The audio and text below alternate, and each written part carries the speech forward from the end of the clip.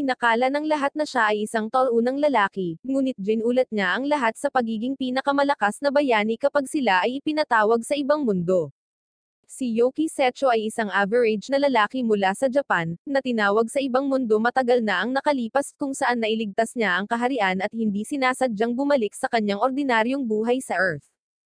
Inakala ng taunang lalaki na magtatagal ang kanyang tahimik na buhay, ngunit isang araw, habang abala siya sa pakikipag-usap sa kanyang childhood friend, na nagngangalang Yohi, isang kakaibang portal ang bumukas sa gitna ng silid-aralan. Ang mystical portal ay sinisipsip ang lahat, at ini-teleport sila sa isang kakaibang mundo kung saan inaatake sila ng mga higanteng metal. Ang lahat ng kanyang mga kaklase ay nagsimulang tumakbo palayo na parang maliit na tuta, ngunit si Yoki, isang alpha male na may walang limitasyong aura na narito na, ay humarap sa kanila ng direkta. Di nagtagal, dumating ang isang kabalyerong babae na nagngangalang Elfa, na puro social media ang ginagawa sa kanyang libreng oras, kasama ang isang maharlikang hukbo at pinapaslang ang mga mahiwagang mga nilalang ng hindi pinagpapawisan. Nang maglaon, sila ay pinatawag sa korte ng hari, at lumabas na sila ay nasa kaharian ng Destinia. Tinatawag sila ng hari bilang mga bayani mula sa dayuhang mundo na dumating upang protektahan sila. Gayunpaman, bukod kay Yoki, lahat ay nalilito sa nangyayari. Nalaman ni Yoki na pagkatapos ng 5 taon, ang Destinia ay inatake muli ng mga demonyo, at ang hari ay umaasa sa kanyang mga kaklase. Dahil walang ibang pagpipilian kundi sundin ang hari, umalis sila habang sinusumpa ang kanilang kaawa-awang kapalaran. Kinaumagahan, ang kanyang mga kaklase ay ginawang matuto ng mga taktika ng espada at salamangka, habang si Yoki naman ay nagtatago at nahuli siya ni Elfa. Sinusubukan niyang ipaalala sa kanya na siya ang parehong bayani na nagligtas sa kanilang kaharian 5 taon na ang nakakaraan, ngunit hindi niya maalala ito hanggang sa lumapit si Yoki at hinampes niya ito. Si Elfa ay agad na bumagsak sa kanyang mga paa at biglang nagbago sa isang sunod Sonoran na babae, na nagpapahintulot kay Yoki na umupo sa kanyang likuran.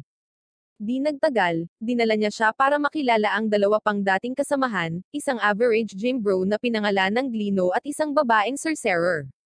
Sinimulan nila siyang polanan ng mga tanong tungkol sa kanyang biglaang pagkawala pagkatapos ng labanan, at ipinaliwanag ni Yoki kung paano siya nadala pabalik sa kanyang orihinal na mundo pagkatapos ng labanan. Tinanong sila ni Yoki tungkol sa matagal na nilang karibal na si Toma, ngunit sumagot si Elfa na hindi na nila siya mahanap dahil hindi siya nauugnay sa social media. Nang maglaon, idineklara ng hari sa isang pulong sa mga kabalyero na ang kanilang kaharian ay magdedeklara ng digmaan laban sa mga demonyo, ngunit sinubukan ni Glino na mga tuwiran sa desisyon na ito. Gayunpaman, lumalabas na ang hari ay may IQ ng isang nasawi na daikip habang itinatakwil niya si Glino sa pagsasabing hindi na sila dapat makinig sa pinakamasama na payo ng bayani na mamuhay ng mapayapa. Pagkatapos ng pulong, ipinaalam ni Glino at ng iba pa kay Yoki na hindi maiiwasan ang digmaan, kaya nagpa siya si Yoki na ihinto ang walang kabuluhang labanan sa kanyang sarili. Ngunit bago pumunta sa misyon, lahat sila ay pumasok sa piitan upang makuha ang kasamang talim ni Yoki, na pinangalan ng Kurumori. Si Yoki ay naghahanda na sa kanyang ekspedisyon, ngunit si Yohi ay tumatakbong palapit sa kanya na lumuluha ang mga mata, na nag-aalala na isa sa panganib niya ang kanyang buhay. Kaya, sinabi niya sa kanya ang katotohanan tungkol sa kanyang tunay na pagkakakilanlan, tinitiyak sa kanya na makikilala niya ang isang matagal ng kakilala upang ihinto ang digmaan. Bago siya umalis, inayos ni Yohi ang kanyang buhok gamit ang kanyang bagong natutunang Fire and Wind magic trick, na nangangakong magiging malakas siya hanggang sa bumalik siya. Sa gabi, habang si Yoki ay papunta, sinaktan niya ang isang lobo na demonyo na handang salakayin ang isang taunang mangangalakal na babae na nagngangalang Rika. Nanginginig sa kanyang mga paa, ipinapalagay ni Rika na hinahabol ni Yoki ang kanyang pera at nagsimulang magdaldal tungkol sa mga bagay tulad ng pera, invoice, at bills, ngunit tiniyak niya sa kanya na hindi ito ang kaso. Hindi makapaniwala si Rika dahil itinuro sa kanya ng kanyang toxic, masculine na lolo na walang libreng tanghalian at lahat ay kalakip ng pera. Nang magsimulang maglakad palayo si Yoki, nakiusap siya sa kanya na maging bantay niya at tulungan siya sa paghahatid ng isang mahalagang package. Nag-aalangan, sumang-ayon si Yoki, at magkasama, nakarating sila sa Marsan Port Town sa umaga. Sobrang nagulat si Yoki nang makita niya kung gaano kalaki ang bayan sa loob ng 5 taon.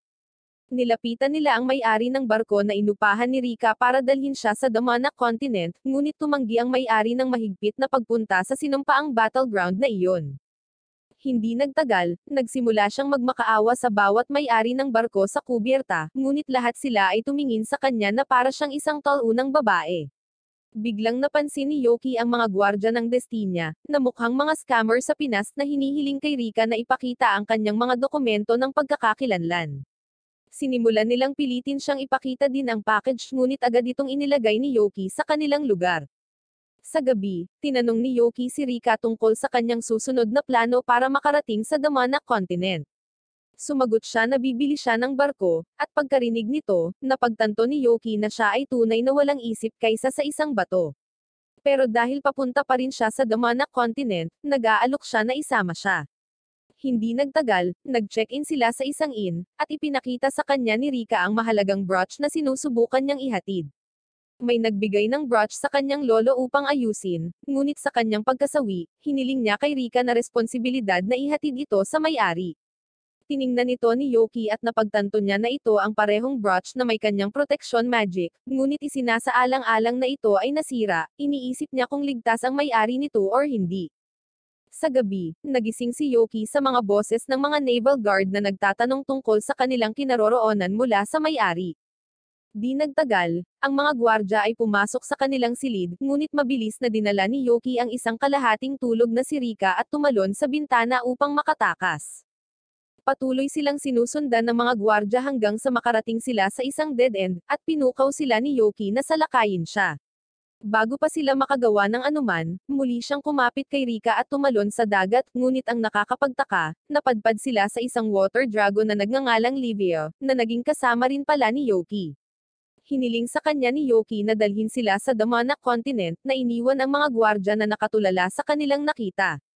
Pagkaraan ng ilang oras, nakakita sila ng isang malaking isla, at ipinahayag ni Yoki na ito ay ang kasumpa-sumpa na Damanak Continent. Dumating ang grupo sa isang tahimik at liblib na dalampasigan, kung saan hindi inaasahang nakatagpo nila ang isang nakakatakot na nilalang sa dagat na kraken, na isang napakalaking nilalang na parang pusit na nakataas sa kanila, kasama ang mga galami nito na humahampas ng marahas sa mababaw na tubig. Si Livia, na laging handa para sa isang hamon, ay sumusulong upang makipag-ugnayan sa kraken, at mabangis itong nilalabanan gamit ang pinaghalong hindi kapani-paniwalang lakas at ang kanyang mga kakayahan sa tubig. Habang tumatagal ang labanan, mukhang naayos ni Livia ang sitwasyon, ngunit sa kalagitnaan ng laban, sumulyap siya kay Yoki, humihingi ng tulong. Si Yoki, gayunpaman, ay nananatiling hindi nagabala at bumalik na may nakakatuwang ngiti, na tinatrato ang matinding labanan na parang isang casual na libangan. Siya ay nanonood na parang manunood sa isang larong pampalakasan, tinatangkilik ang panunood na nilikha ni Livia habang nakikipagbuno siya sa napakalaking nilalang. Nakakatawa ang mga pangyayari ng ang Kraken, sa desperadong pagtatangka na ipagtanggol ang sarili, ay nag-spray ng napakalaking fountain ng itim na tinte ng direkta kay Livia. Tinatakpan ng tinta ang kanyang ulo hanggang paa, at habang ang karamihan sa mga tao ay maaaring magpanik, pinananatili ni Livia ang kanyang kalmadong sarili, kahit na ang kanyang pagkainis ay malinaw na lumalaki. Samantala, si Yoki, tulad ng isang bystander, ay lubusang naaaliw sa hindi inaasahang twist na ito sa labanan. Ang eksena ay naging halos walang katotohanan na komedyante, kasama si Yoki na tumatawa sa sarili habang pinapanood niya si Livia na nakikipaglaban habang pinahiran ng tinte ng pusit. Sa kalaunan, nadaig ni Livia ang kraken at tinapos ang laban. Habang bumabagsak ang napakalaking nilalang, nag-transform si Livia bilang isang babae. Si Yoki, na hindi nabigla dito, ay ipinakilala ang nag-transform na Livia kay Rika bilang Leviathan, na tinatawag ding Ocean Goddess at ang kanyang matagal ng kaalyado. Casual niyang ipinaliwanag na nagsimula ang kanilang alyansa, nang pabagsakin niya si Livia sa isang atake lamang sa isa sa kanilang mga naunang laban. Pagkatapos ng maikling pagpapakilala, ibinalik ni Livia ang kanyang atensyon kay Yoki, na hinarap siya kung bakit tumanggi siyang tumulong sa laban.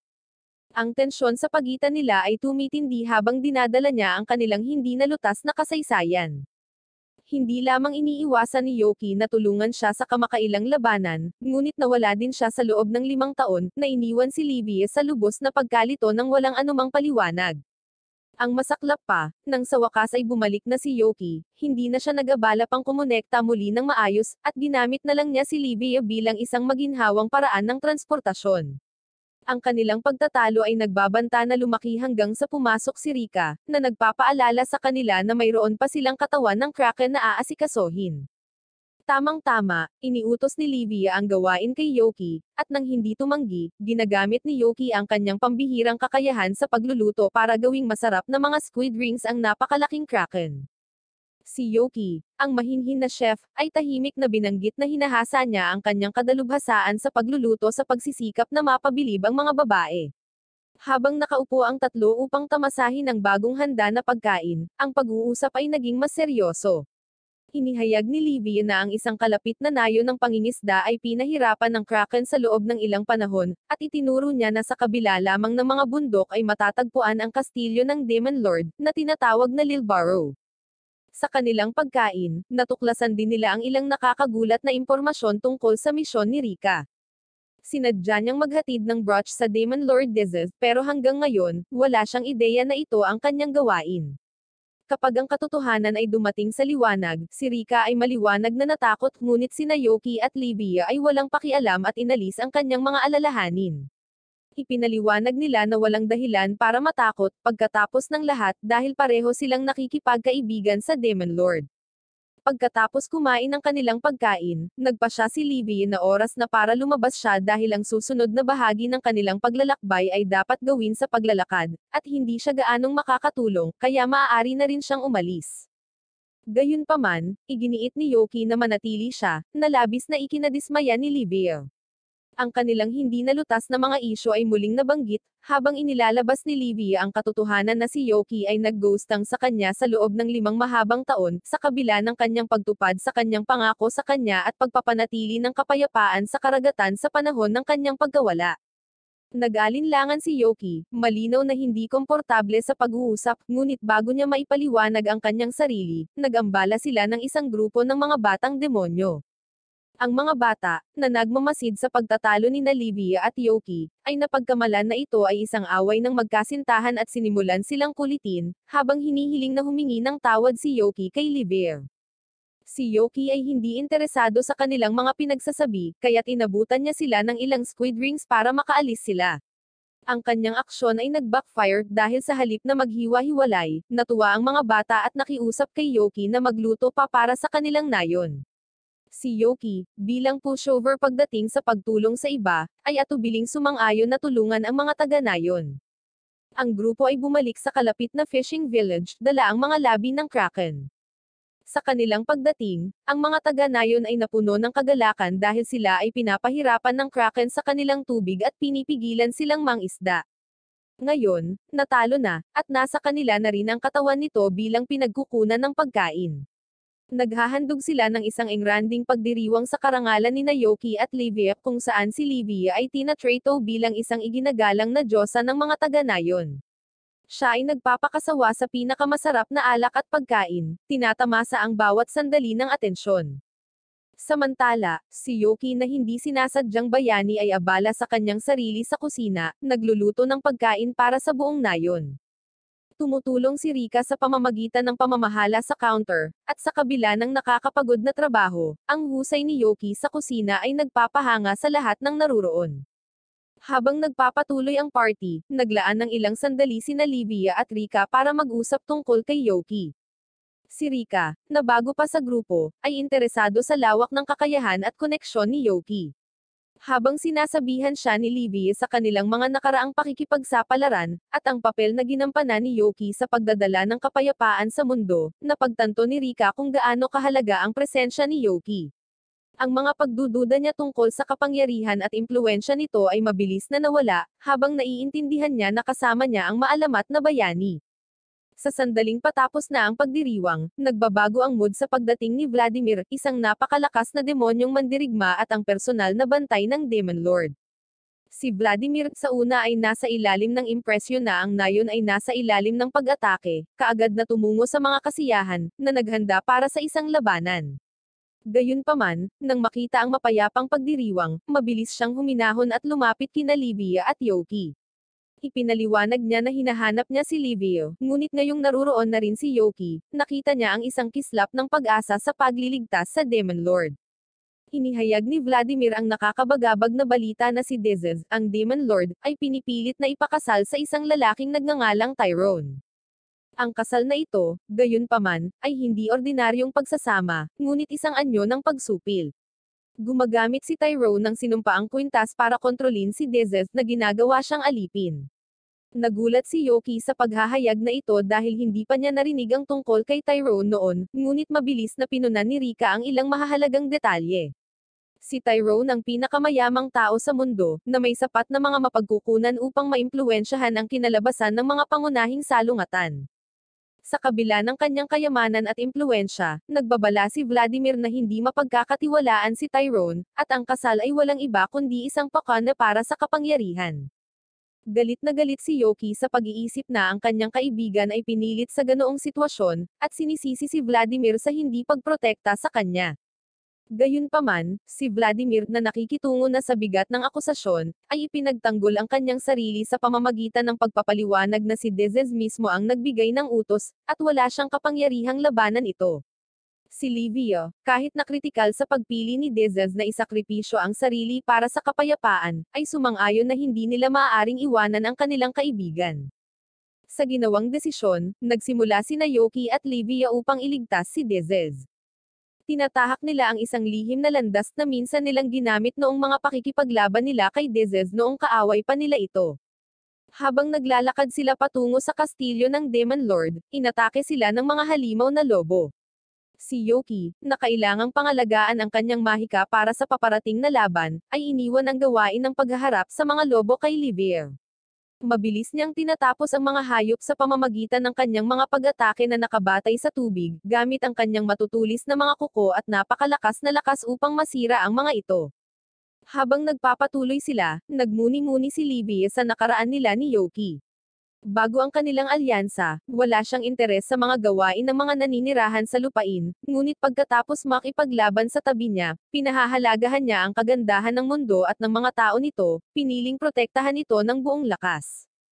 Sa wakas, dumating sila sa kastilyo ng Demon Lord. Kasama si Livia sa kanyang tabi, determinado si Yoki na itigil ang isinumpang kasal at iligtas ang kanyang kaibigan. Alam niya na ang labanang ito ay higit pa sa pagliligtas kay Dezes.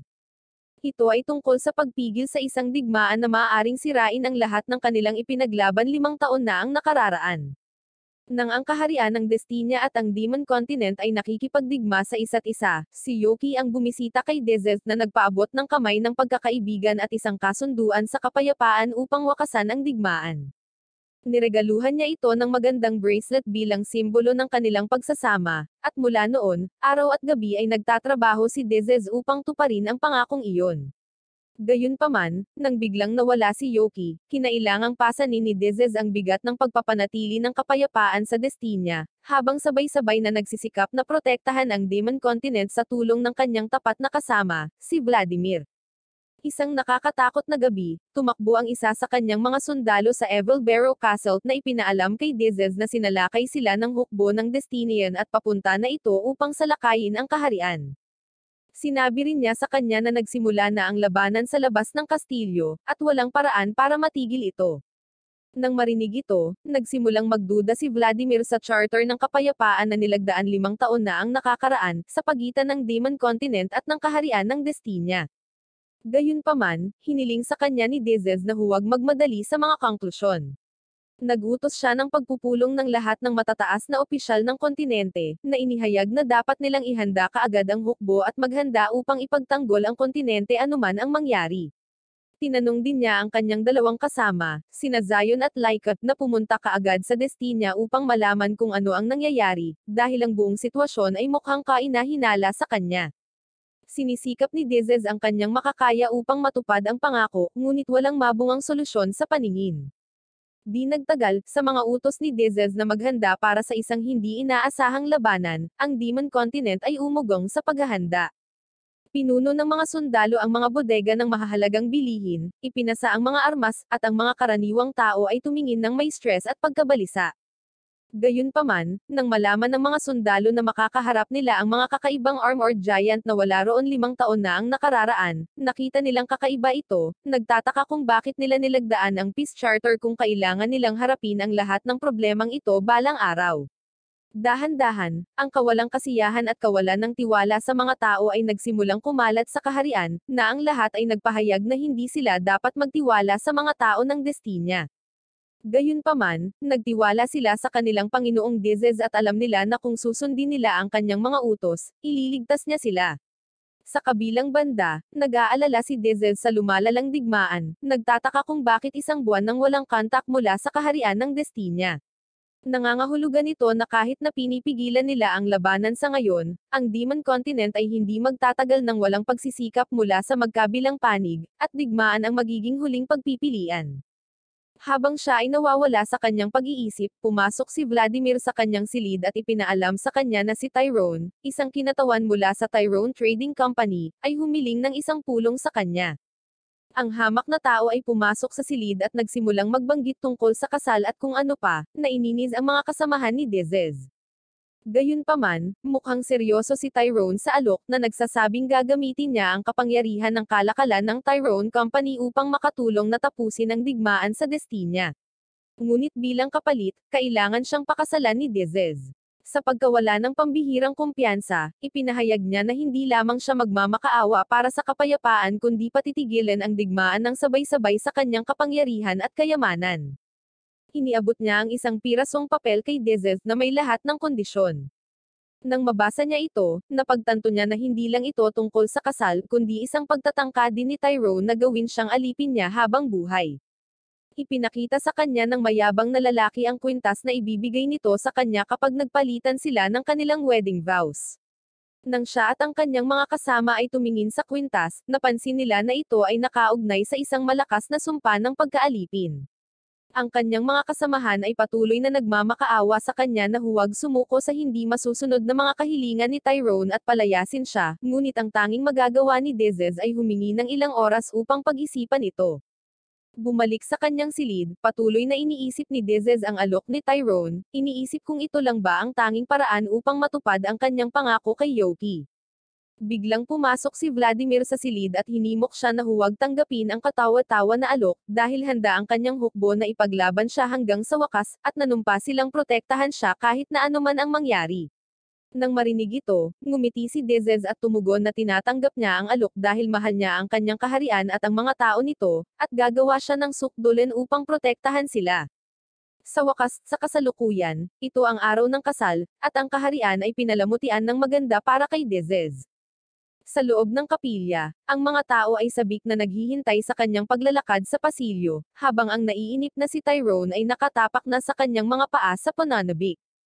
Dahil lamang sa walang kabuluhan na digmaan kaya pumayag si Dizes sa kanyang alok kung hindi, ang isang hindi kagwapuhan na mukha at kasuklam-suklam na personalidad na tulad niya ay hindi karapat-dapat sa sinumang babae. Sa isang tabi ay ang mga tauhan sa panig ni Tyrone, na mga tao at halatang napakasaya.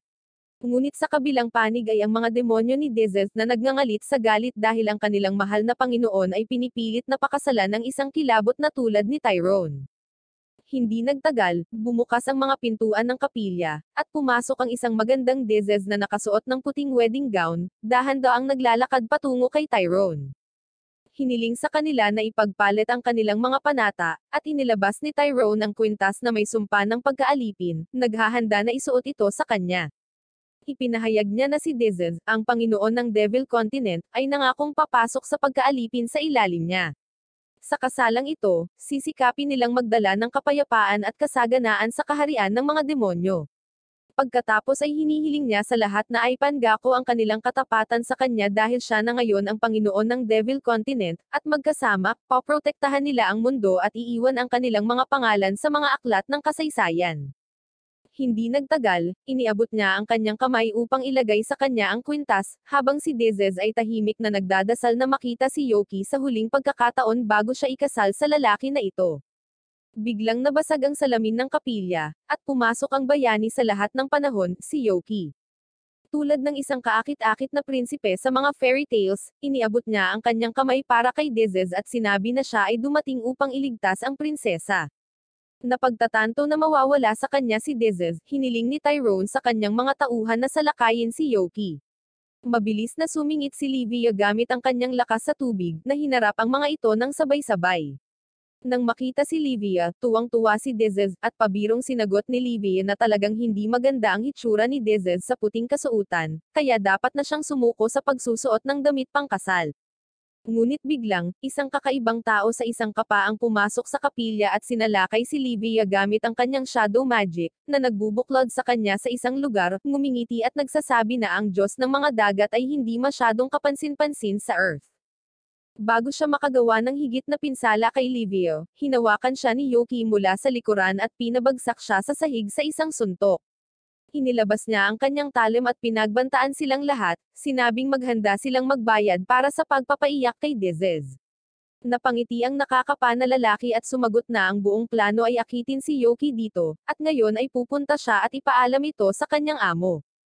Pagkatapos ng kaunting pag-aaway, dinaig siya ni Yoki, ngunit nawala siya sa mga dingding ng kastilyo, na sinasabi na sa ngayon, kailangan niyang ipaalam sa kanyang Panginoon ang tungkol sa mga bagong pangyayari at maghihiganti siya mamaya. Hindi nagtagal, niyakap ni Dezed si Yoki, nagsabi na namimiss niya ito dahil nawala ito nang walang sinasabi sa kanya.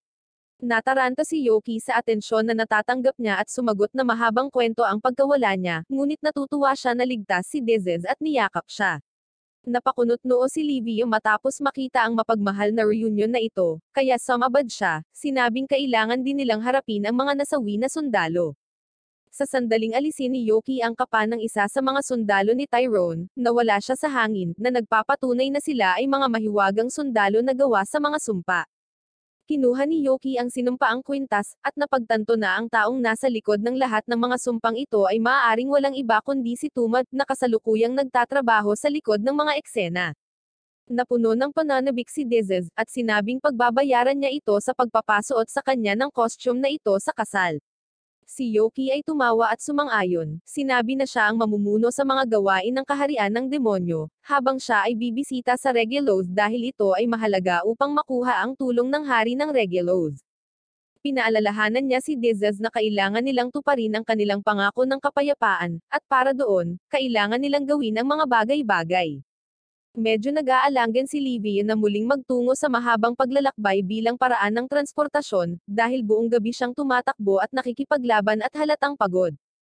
Hindi nagtagal, pumasok si Rika sa kapilya kasama si Vladimir, hinihiling kay Yoki na ibigay ang brooch kay Dezes mismo, at ginawa ni Yoki ang hiniling. Nang maglaon, inaresto si Tyrone, at naghanda si Yoki na umalis patungong Regelos. Sinabi sa kanya ni Dezes na gusto niyang samahan siya, ngunit hindi ito ang tamang oras para umalis ang isang pinuno sa kanyang kaharian, kaya mas gugustuhin niyang manatili dito at protektahan ang kanyang mga tao. Sumang-ayon si Yoki sa kanya at nangakong dadalhin siya sa iba't ibang lugar kapag natapos na ang digmaan, at nagkaroon muli ng kapayapaan. Inanunsyo ni Rika na pinayagan siya ni Dezes na magbukas ng sarili niyang tindahan sa kontinente ng demonyo, dahil inihatid niya ang kanyang mahalagang brooch sa kanya. Sa wakas, lumapit si Vladimir at pinasalamatan si Yoki sa pagtulong sa kanila at nangako na kung kailangan niya ng anumang tulong, tutulungan niya siya. Naalala ni Yuhi ang panahon noong una niyang nakilala si Yoki, sa unang impresyon, mukha siyang masungit, walang emosyon na bata na walang gaanong interes sa mga bagay na pambata. Dahan-dahan, naging magkaibigan sila at nagsimulang gumugol ng maraming oras na magkasama, at doon napagtanto ni Yohi na may mainit at emosyonal na katangian din si Yoki. Isang araw, habang naglalakad pa uwi, nakasalubong nila ang isang billboard na may poster ng isang elite academy, at sabik na tinanong ni Yohi si Yoki kung makakapasok ba siya sa akademyang ito kung gusto niyang pumasok sa parehong high school gaya ng sa kanya. Ngunit malamig na sumagot si Yoki na dapat niyang tunguhin ang isang madaling opsyon sa halip na mag-alala sa isang mahirap dahil ito ay magpapahirap lamang sa kanya sa katagalan. Nagpagalit ito kay Yohi, na lumayo at nag-enroll sa akademya upang matiyak ang kanyang pagkakataong makapasok sa parehong paaralan kung saan si Yoki. Gayunpaman, nang matanggap niya ang kanyang mga mock na resulta, napagtanto niya na napakababa ng kanyang nakuha, at maaaring mahirap para sa kanya na makasama si Yoki. Dahil sa pagkadismaya, nagsimula siyang maglakad pauwi ng may hamarang sa kanyang daraanan, tinutuya siya, na sinasabing lampas ito sa kanyang kakayahan, kaya dapat na lang siyang sumuko at magsaya. Sinimulan nilang pilitin si Yui na huminto sa pag-aaral at tumambay sa kanila, ngunit biglang lumabas si Yoki at mahigpit na hiniling sa kanila na ihinto ang panggugulo sa kanya. Umalis ang mga lalaki habang sinasabihan ng masama si Yoki. Tinanong niya si Yohi tungkol sa kanyang mga plano, at malungkot siyang sumagot na kahit sabihin ng mga tao na hindi niya ito magagawa, nais pa rin niyang pumasok sa parehong paaralan na katulad niya. Napansin ni Yoki na mukhang dismayado si Yohi, kaya nag-alok siyang tulungan siya sa pag-aaral, at pabirong binyantaan na kahit anong iyak niya, hindi siya magiging maluwag sa kanya. Ngayon, nasa isang kakaibang lupain sila, at halos hindi alam ni Yohi ang tungkol dito. Habang wala si Yoki, siya at ang kanyang mga kaklase ay nagsasanay ng husto, at si Yoki ay mas mahusay kaysa sa iba. Maya-maya ay pinuri siya ni Elfa at sinabing lahat sila ay nag-improve ng husto, kaya sa ngayon ay magpahinga muna sila at magpapatuloy sa kanilang pagsasanay mamaya. Nang malapit nang umalis si Naglino at Elfa, tumakbo si Yohi sa kanila at desperadong hiniling sa kanila na bigyan siya ng ilang dagdag na oras ng pagsasanay para maging ganap na sanay at malakas sa pagbabalik ni Yoki. Matapos mag-isip ng ilang oras at pagmasdan ng malinaw na refleksyon ng kalooban sa mga mata ni Yohi, sumang-ayon sila. Dinala siya ni Elfa sa tuktok ng kastilyo at same time na sinabi sa kanya na ang mapayapang mundo ay nilikha ni Yoki, at na siya ay nasa isang lugar sa labas na nakikipaglaban sa ilalim ng malawak na kalangitan upang mapanatili muli ang kapayapaan. Tumingin siya kay Yohi at sinabi na bilang mga kasama ni Yoki, lagi silang handa na tulungan siya. Sumagot si Yohi na naiintindihan niya ang tindi ng sitwasyon at gusto niyang makasama si Yoki, pati na rin ang pagsusumikap para dito, ngunit kulang siya sa lakas. Pagkasabi nito, hiniling niya kay Elfa na subukan siya. Walang pag-aaksaya ng sandali, inatake siya ni Elfa gamit ang kanyang espada, ngunit hinaranggan ito ni Yohi, at sa lalong madaling panahon sila ay nasangkot sa pagsubok ng lakas at kapangyarihan. Pagkaraan ng ilang oras, tumingin si Elfa kay Yohi at sinabing naging mas malakas siya kaysa sa inaasahan, at napaka-talented kumpara sa iba pa niyang mga kaedad. Gayunpaman, kung gusto pa rin niyang tumabi kay Yoki, may kulang pa rin sa kanya. Pagkatapos, dinala niya si Yohi sa isang walang laman na daanan sa ilalim ng lupa, madilim na may mga lampara, patuloy siyang sinusundan ni Yohi na parang mahiyaing tuta, paulit-ulit na tinatanong kung ano pa ang kulang sa kanya. Sumagot si Elfa na sila ay nasa imburnal na pinamumugaran ng mga halimaw, at kung minsan ay ginagamit ito bilang huling training ground para sa mga sundalo. Nang marinig ito, halatang takot na takot si Yohi, iniisip kung ano ang kakaharapin niya sa takot-takot na lugar na ito. Biglang bumulong si Elfa na may papalapit sa kanila mula sa madilim na anino, at hindi nagtagal ay nagsimulang manginig ang buong imburnal. Lumabas ang isang higanteng alligator monster. Nanginginig sa takot si Yohi, ngunit tumabi sa kanya si Elfa, hinihimok siyang sumulong at harapin ito upang patunayan ang kanyang lakas. Sa pag-iipon ng kanyang lakas, si Yohi ay sumulong ng ilang hakbang, ngunit habang ang halimaw ay lalong nagagalit, siya ay natakot at nakaramdam ng sobrang kawalan ng tiwala. Gayunpaman, si Elfa ang nagudyok sa kanya, na nagsasabi na mayroon siyang higit sa sapat na lakas upang harapin ang halimaw na ito. Inatake ito ni Yohi gamit ang kanyang fire magic, halos masunog ito. Sa pag-aakalang nasawi na ang halimaw, tuwang-tuwa siyang tumingin kay Elfa, nagsabi na natalo niya ito.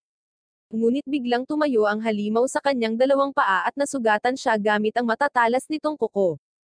Hindi sumuko si Yohi at inatake itong muli ng apoy, na ikinasugat pa nito.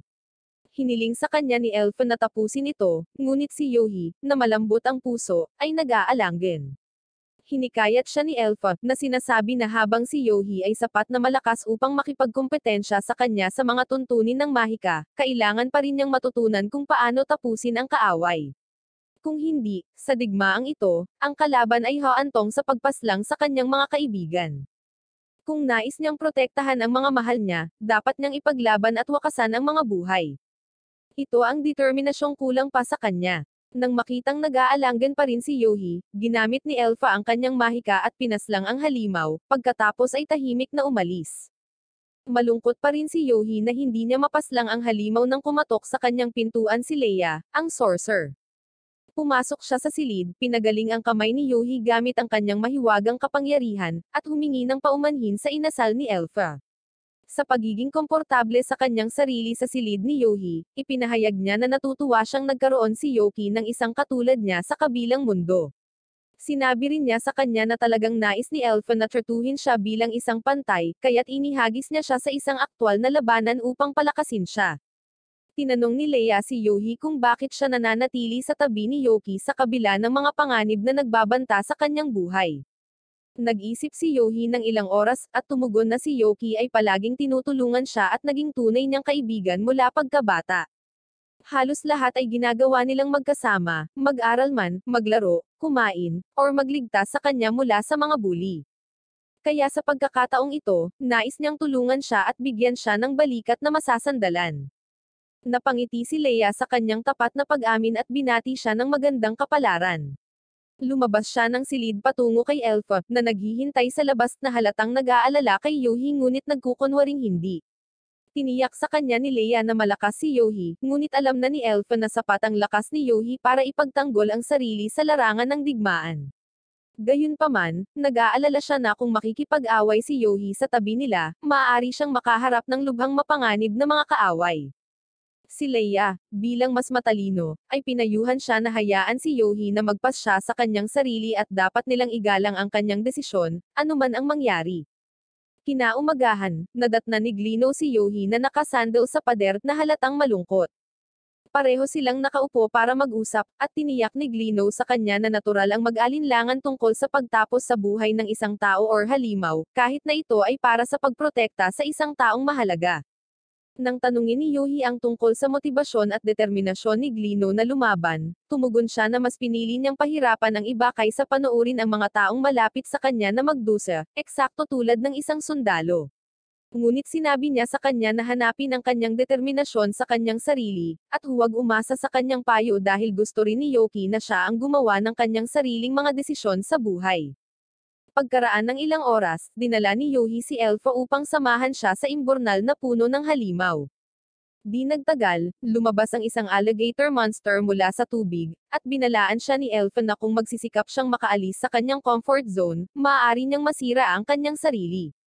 Ngunit hiniling sa kanya ni Yohi na saksihan ang kanyang determinasyon. Inatake niya ng apoy ang halimaw, ngunit sinabi kay Elfa na hindi pa rin ito nasawi dahil pansamantala lang niya itong sinunog gamit ang kanyang kapangyarihan.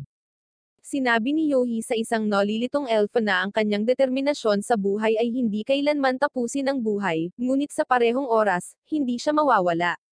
Si Elfa ay tumingin kay Yohi nang may pagkamangha at sinabing siya ay talagang humanga sa kanyang namumukod tanging determinasyon, ngunit kailangan niya ng kapangyarihan upang gawin ito sa bawat pagkakataon. Halos mapatalon si Yohi sa tuwa at nangako na lalakas pa siya para maprotektahan niya sina Elfa, Yoki, at ang lahat. Kinabukasan, tinawag ni Glino ang lahat ng bagong hinirang na kabalyero at ipinaalam na nailathala na ng hari ang kanyang utos, at kailangan nilang pumunta sa digmaan upang protektahan ang kaharian ng Destinia. Hinihiling niya sa kanila na ihanda ang kanilang sarili, kapwa sa pisikal at mental. Para kay Yohi, ito na ang pagkakataon na samahan sina Elfa, Glino, at Leia sa digmaan. Samantala, sina Yoki at Libby ay nasa isang karwahe patungo sa susunod na kontinente, at si Yoki ay kitang-kitang naiirita nang makita si Libby na may oras sa kanyang buhay habang kumakain ng merienda, at nagpapanggap na siya ay nasa bakasyon. Habang ang kanyang bibig ay kalahating puno ng pagkain, casual niyang sinagot na sa ngayon, ang tanging magagawa niya ay masayang kumain ng merienda dahil kakailanganin niyang gamitin ang kanyang enerhiya kapag nakarating na sila sa kontinente ng Beastmen. Besides, nasa boat duty siya pagdating nila sa port. Tinutuya niya siya, na sinasabi na ito ang pinakamababang mababayaran niya para gamitin ang Diyosa ng mga dagat ng libre. Nakipagtalo si Yoki na ang digmaan ay nagpahinto sa lahat ng mga barko, kaya walang ibang paraan kundi gamitin siya, at hiniling sa kanya na gamitin ang kanyang magic sa paglilipat upang maaari silang tumungo hanggang sa susunod na destinasyon nang hindi nag-aaksaya ng maraming oras. Laging handang makipagtalo sa kanya, tumugon si Libby na ang transfer magic ay isang malaking abala, na nangangailangan ng mga taon ng paghahanda at matinding kapangyarihan ng mahika, at hindi ito isang bagay na magagawa niya sa isang iglap lang. Hinayaan siya ni Yoki na kumain ng merienda dahil ayaw niyang makisali sa isa pang debate sa kanya. Biglang huminto ang karwahe, at mahigpit na hinawakan ni Yoki at Libby ang kanilang mga sandata para sa hindi inaasahang panganib. Ngunit bago pa man siya makagawa ng anuman, sinubukan ng dalawang pasahero na makapasok sa loob ng karwahe. Nang tumingin si Yoki sa kanila, nakilala niya ang isa sa kanila na umiiyak na si Alisa, at nang makita si Yoki pagkatapos ng mahabang panahon, totoo sa kanyang pangalan, si Alisa ay nagsimulang umiyak muli sa kaligayahan.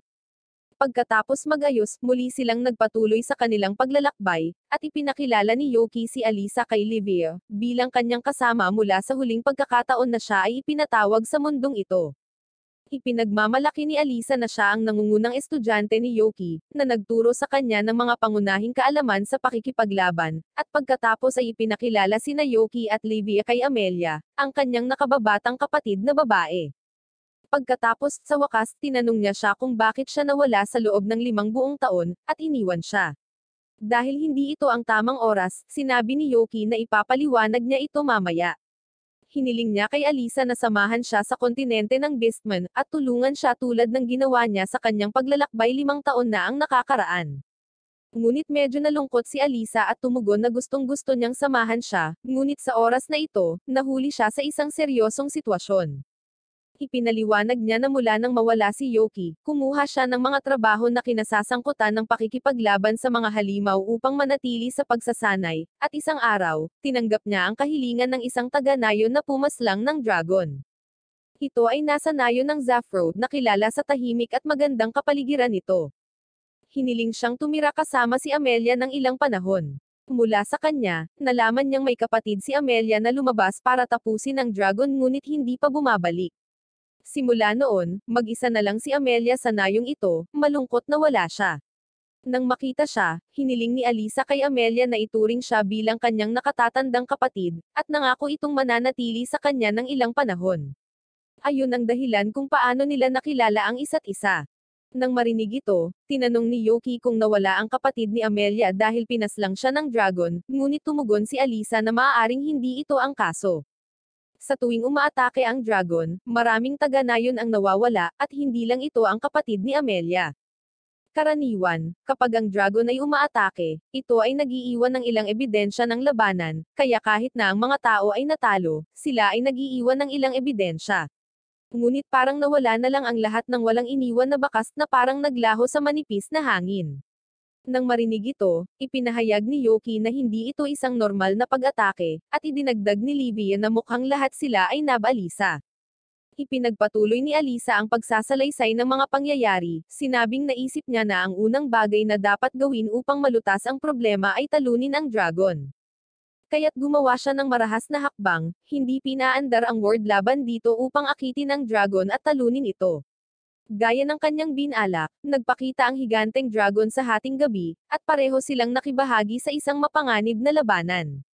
Ang dragon ay nagsimulang lumipad palayo upang makatakas, kaya't nak-order niya ito at hinabol upang tapusin ito. Ngunit nawalan siya ng malay at bumalik sa nayon, at nalaman niya na ang iba pang mga taga-nayon ay nawawala rin. Sa kanyang pagtataka, nandoon pa rin si Amelia, nakayuko sa sulok na natatakot. Kaya naman, sa madaling araw, nagpa siyang pumunta sa lungsod upang magkaroon ng mag-aalaga sa kanya, at sa wakas, natagpuan niya sina Yoki at Livia. Gusto niyang hanapin ang kapatid ni Amelia at payagang mamuhay ng mapayapa sa nayon, ngunit hindi niya maintindihan kung anong masamang panlilin lang ang pinaglalaroan ng dragon sa kanya. Sumagot si Yoki na hindi pa niya naririnig ang tungkol sa dragon na mandurukot, ngunit handa siyang tumulong dahil ang kanyang mahalagang estudyante ay nasa problema, pagkatapos ng lahat, at pumayag din si Livia na tumulong. Nagbibiyahe pa rin sila, at umuulan ng malakas, habang si Livia ay gumagawa ng sarili niyang kakaibang teorya ng mga nawawalang taga-nayon. Ang una ay malinaw na parang urban legend dahil kinasasangkutan nito ang mga zombie. Siya ay gumawa ng isang nakakatakot na mukha, at kay takot-takot na sinabi na ang buong nayon ay naging Walking Dead at mayroon talagang isang masamang wizard sa mga taga-nayon. Ngunit seryosong sumagot si Amelia na walang ganoong wizard sa kanyang nayon. Sumang-ayon si Yoki, na nagsasabing dumarami ang mga zombie at hindi nawawala sa hangin, ayon sa kasumpa-sumpa na teorya ng zombie. Ngunit sumagot si Livia na dapat silang mga air zombie na, pagkatapos na maging mga zombie, ay nawawala sa isang lugar. Nang magtanong si Yoki tungkol sa dragon, sinagot niya na ito ang dragon zombie dahil minsan ay may alamat sa kanayunan tungkol sa isang zombie na naging dragon. Nang marinig ito, hinampas ni Yoki ang kanyang ulo, na hinihiling sa kanya na seryosohin ang bagay na ito at huwag mag-imbento sa paggawa ng mga kakaibang fairy tale. Nag-isip siya ng teorya ng mga sirena dahil narinig niya na kapag nawawala ang mga mandaragat, madalas na ipinapalagay na ito ay gawa ng mga sirena. Isang awit ng sirena ang humahatak sa mga lalaki sa karagatan. Si Yoki ay tumingin sa kanya nang hindi makapaniwala at sumagot na ang nayon ay nasa bundok, hindi sa ilalim ng dagat. Lalong nabalisa si Livia nang sabihin niyang baka sa bundok nakatira ang sirena dahil mahilig sila sa pagkain doon. Sumagot si Amelia na ang mga halimaw sa dagat ay may kakaibang amoy, na ginagawang makikilala sila mula sa isang malaking distansya, kaya hindi rin ito maaaring mangyari. Ang nakakabalisa na enerhiya ay nakakaapekto din kay Yoki, dahil ipinapalagay niya na ito ay gawa ng mga alien, dahil sa kanyang mundo, alam ng mga tao na ang mga alien ay nagmumula sa buwan sakay ng mga flying saucer at dinudukot sila. Ngunit pinalo ni Livia ang kanyang ulo, inulit na dapat niyang seryosohin ito at huwag mag-imbento sa paggawa ng mga kakaibang kwento. Nagtataka si Yoki kung ang dragon na umatake sa mga nayon ay nagmula sa isang advanced na species na may kapangyarihan upang maiwasang mahuli sa pamamagitan ng pagiging isang tao at nakatira sa gitna ng mga taga-nayon. Gayunpaman, tinanong ni Livia kung bakit hindi ginamit ng dragon ang mga kapangyarihan nito para mawala si Amelia. Bago pa man makapagsalita ang sinuman, sabik na ibinalita ng driver ng karwahe na hindi na sila makakapagpatuloy pa dahil sa mga pag-ulan at baha. Tinanong ni Livia kung ano ang gagawin ni Amelia kapag nakarating na siya sa lungsod, at sumagot siya na babalik siya sa nayon ng Zafro at susubukan na maghanap ng ebidensya sa mga nawawalang taga-nayon. Nagtataka si Yoki kung bakit paulit-ulit na umaatake ang dragon sa nayon, at casual na sumagot si Livia na maaaring dahil ito sa gutom at nakita lang ang mga tao bilang biktima, or marahil ay hinayla ito roon ng mga mahiwagang kapangyarihan. Ipinaliwanag niya na mayroong isang mahiwagang kapangyarihan na ginagamit ng mga tao upang makaakit ng mga halimaw sa loob ng nayon, at ang ilang mga halimaw ay talagang naaakit dito, ngunit hindi pa rin ito maintindihan ang pagkawala ng mga taga-nayon. Kahit na ito ay magic, hindi nito ipinapaliwanag ang dahilan ng pagkawala ng mga tao sa manipis na hangin, kaya dapat talaga silang nasa isang lugar. Sinimula ni Yoki na magkaroon ng katuturan dito, at nagtanong kung ito ba ang transfer magic na unang ginamit upang i-teleport ang mga taga-nayon sa isang lugar at pagkatapos ay atakehin ang nayon. Sa tuwing nangyayari ito, naaakit ang dragon gamit ang mga magic powers. Isang lubos na nalilito na si Amelia ang sumagot na ang bawat magic ay nangangailangan ng may-ari, at nagtanong kung itinuturo ni Yoki na may nagtatago na sa nayon sa lahat ng mga pagkawalang ito. Sumagot si Yoki na dapat niyang tanungin ang may-ari habang nakaturo kay Amelia, at hindi nagtagal ay naging defensive si Amelia. Ang isang kinakabahan na si Alisa ay nagtatanggol sa kanya, sinabi na hindi siya masisisi ni Yoki dahil siya ang biktima. Ngunit ipinaalala sa kanya ni Yoki na sinabi sa kanila ni Amelia noon na ang mga halimaw sa dagat ay may kakaibang amoy tulad ni Livia, ngunit si Livia, na isang diyosa ng dagat, ay hindi kailanman hinahayaan ang kanyang kapangyarihan na tumagas. Ibig sabihin, medyo naghihinala si Amelia at alam na niya ang sikreto ni Livia. Biglang, tinanong niya si Amelia kung paano niya nalaman ang tungkol kay Livia, at bago nila napagtanto, namumula ang kanyang mga mata, at mabilis siyang sumagot na medyo alam niya ang tungkol sa mga halimaw. Pinasabog niya ang karwahe gamit ang kanyang mahiwagang kapangyarihan at biglang nagbagong anyo bilang isang dragon, na nagpapatunay sa mga hinala ni Yoki na siya talaga ay isang dragon na nakabalat kayo bilang isang tao. Sinimulan niyang salakayin sila ng mga bola ng apoy, ngunit patuloy itong iniiwasan ni Yoki. Hiniling niya kay Alisa na mamuno habang pinapagana niya ang kanyang espada gamit ang kapangyarihan ni Livia, at hinahampas ito patungo sa dragon. Hindi nagtagal, tumalon si Livia sa hangin at inatake ang dragon, pinaslang ito. Si Yuki ay sumama kay Livia sa Beastman Village habang si Alisa ay bumalik sa nayon, nababalisa pa rin sa matamis na alaala ni Amelia.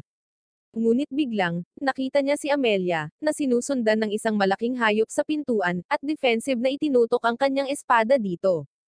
Tinatawanan siya ni Amelia at sinabing wala siyang isip sa pag-aakalang nasawi na siya. Galit na tinanong siya ni Alisa tungkol sa mga taga-nayon, at sumagot siya na ginawa niya itong mga metal na manika dahil lahat sila ay may malalakas na kapangyarihang magical, at ngayon ay gagamitin na sila sa mga digmaan. Pagkatapos ay ipinahayag niya na walang sino mang pinangalan ng Amelia sa buong panahon dahil siya ay si Meliora, ang master ng halimaw, at si Tuma ang nagbigay sa kanya ng pangalang ito. Sa Beastman Village nakatira ang isang ang babae na nagngangalang Shirana, na nagtatrabaho bilang isang mangangaso ng halimaw at minamahal ng mga tao sa nayon. Sa tuwing siya ay umaalis sa trabaho at patungo sa kanyang tahanan, binibigyan siya ng mga taga-nayo ng lahat ng uri ng pagkain tulad ng karne, prutas, at gatas para sa kanya at sa kanyang kapatid na may sakit. Sa kabilang banda, nakarating na rin sina Livia at Yoki sa Beastman Village ngunit walang available na bangka para sa kanila sa ngayon. Lahat ng mga boatman ay itinaboy sila, kaya hiniling ni Yoki kay Livia na maging isang bangka muli. Ngunit isang galit na Livia ang nagmarcha pasulong, at nagpahayag na hindi na siya muling magiging bangka dahil 3 araw at gabi na siyang walang pagod na lumalangoy. Humingi ng tawad sa kanya si Yoki at sinabing siya lang ang maaasahan niya sa mga bagay na tulad nito, ngunit ayaw niyang itulak siya ng lampas sa kanyang limitasyon. Nang marinig ito, bahagyang lumambot si Livia at sumagot na kung hahayaan niya itong magpahinga ng isang gabi, handa siyang maging water dragon muli at tutulungan siya. Ang boatman na nakaupo malapit na nakarinig ng kanilang pag-uusap, ay nagpaalam din sa kanila na may available na bangka bukas, kaya't pareho silang nagpasya na magpalipez ng gabi sa isang malapit na inn at ipagpatuloy ang kanilang paglalakbay sa susunod na araw. Pareho silang pumasok sa isang inn na pinamamahalaan ng isang ginang na nagngangalang Corina, at nagkataon na naroon din si Shirana dahil madalas itong pumupunta para bumili ng gamot kay Corina para sa kapatid niyang may sakit kapalit ng maliit na trabaho. Pero pagpasok pa lang nila sa inn, nagtago si Shirana sa ilalim ng kanyang kapa at tahimik na naglakad palabas habang nakatitig kay Yoki. Tinanggap sila ni Corina at tinanong kung naghahanap sila ng isang silid, at nag-oo si Yoki, sinabi na gusto nila ng isang silid para sa dalawa. Idinagdag ni Livia na gusto niya ng isang silid na may malambot na kama. Nagtanong din si Yoki kung may ilang magagandang tindahan sa paligid para makakuha sila ng masarap na pagkain para sa kanilang sarili, at sinabi sa kanila ni Corina na may malapit na kainan na naghahain ng tradisyonal na lutuing beastman. Pag-uwi, pinapakain ni Shirana ang kanyang kapatid na si Minika habang iniisip pa rin ang tungkol sa trabahong assassination na ipinagagawa sa kanya ni Lady Corina, na nangangako na kung gagawin niya ito, maaari siyang magkaroon ng libreng gamot para sa kanyang kapatid. Ang trabaho ay upang tapusin si Yoki, at pagkatapos mag-isip ng ilang sandali, sa wakas ay nagpasya siyang gawin ito para sa kapakanan ng kanyang kapatid na babae, na isinumpo. Sa gabi, pumunta siya sa inn at nakipagtagpo kay Corina, na nagpaalam sa kanya na si Yoki at Livia ay mahimbing na natutulog, kaya madali siyang makakarating sa kanila. Iginagalang ni Shirana si Corina bilang kanyang nakatatandang kapatid dahil hindi lang siya binibigyan ng gamot para sa kanyang kapatid, kundi pati na rin ang pag-aalaga sa mga mahihirap na ulila sa nayon. Iminungkahi niya na pagkatapos niyang gawin ang trabaho at mabayaran ito, silang tatlo ay maaaring magsama-sama sa ibang lugar. Tinanggihan ni Corina ang kanyang proposal ngunit pumayag siyang tawaging kanyang nakatatandang kapatid. Sa sandaling ibigay niya ang susi sa silid ni Yoki at Livia, hiniling niya sa kanya na tapusin ang trabaho. Si Shirana ay tahimik na gumagapang sa loob ng silid, pinahaba ang kanyang matutulis na mga kuko, at hinampad si Yoki, ngunit ang tanging na-atake niya ay kutsan at bulak. Hindi nagtagal, napagtanto niya na niloko siya ni Yoki gamit ang ilusyong mahika. Nagpakita si Yoki at sinipa siya sa bintana, tinanong kung isa rin ba siya sa mga goons ni Tuma. Sumagot siya na hindi niya kilala kung sino si Tuma, ngunit tiyak na kukunin niya ang kanyang buhay, at sa sinabi nito, binago niya ang kanyang sarili sa isang bahagyang hayop at hinamped si Yoki ng bowl ang apoy. Ngunit naiwasan ito ni Yoki gamit ang kanyang talem. Binalaan niya siya na huwag gamitin ang kanyang kapangyarihan sa gitna ng bayan, or kung hindi ay susunugan niya ito at bigla siyang hinamped sa mukha, na nagpabagsak sa kanya sa tuktok ng isang abandonadong tindahan. Sa sandaling bumagsak si Shirana, nawalan siya ng malay. Nang inspeksyonin ni Yoki at Livia ang kanyang katawan, napagtanto nilang nagbibigay siya ng sumpa na enerhiya, ibig sabihin ay nakuha niya ito mula sa isang tao. Pagkaraan ng ilang sandali, nagising si Shirana na nasa kanyang tahanan at naghanda na muli siyang sumalakay, ngunit pinigilan siya ng kanyang kapatid na babae na gawin iyon. Ipinaliwanag niya na natagpuan siya ni Yoki na walang malay at dinala siya sa loob, at lihim na sinenyasan ni Yoki si Shirana na sundin ang kanyang peking kwento, sa halip na sabihin sa kanyang nakababatang kapatid na babae ang tungkol sa misyon ng pagpaslang. Mabilis na naunawaan ang sitwasyon, pinasalamatan ni Shirana si Yoki. Sumagot si Yoki na alam niyang gumagawa siya ng mga kakaibang trabaho para sa kapakanan ng kanyang kapatid na may sakit, at ipinaalam sa kanya na ang kanyang kapatid na babae ay hindi nagdurusa sa isang karamdaman ngunit isinumpan ng isang tao. Lumakad siya patungo sa kanya at gumamit ng parang break-like magic para hawakan ang isang kwintas sa kanyang leeg, at idineklara na siya ay nasa ilalim ng isang malakas na sumpa. Nang marinig ito, napaluhod si Shirana at nakiusap kay Yoki na iligtas ang kanyang kapatid, na nangangakong gagawin ang lahat para sa kanya bilang kapalit.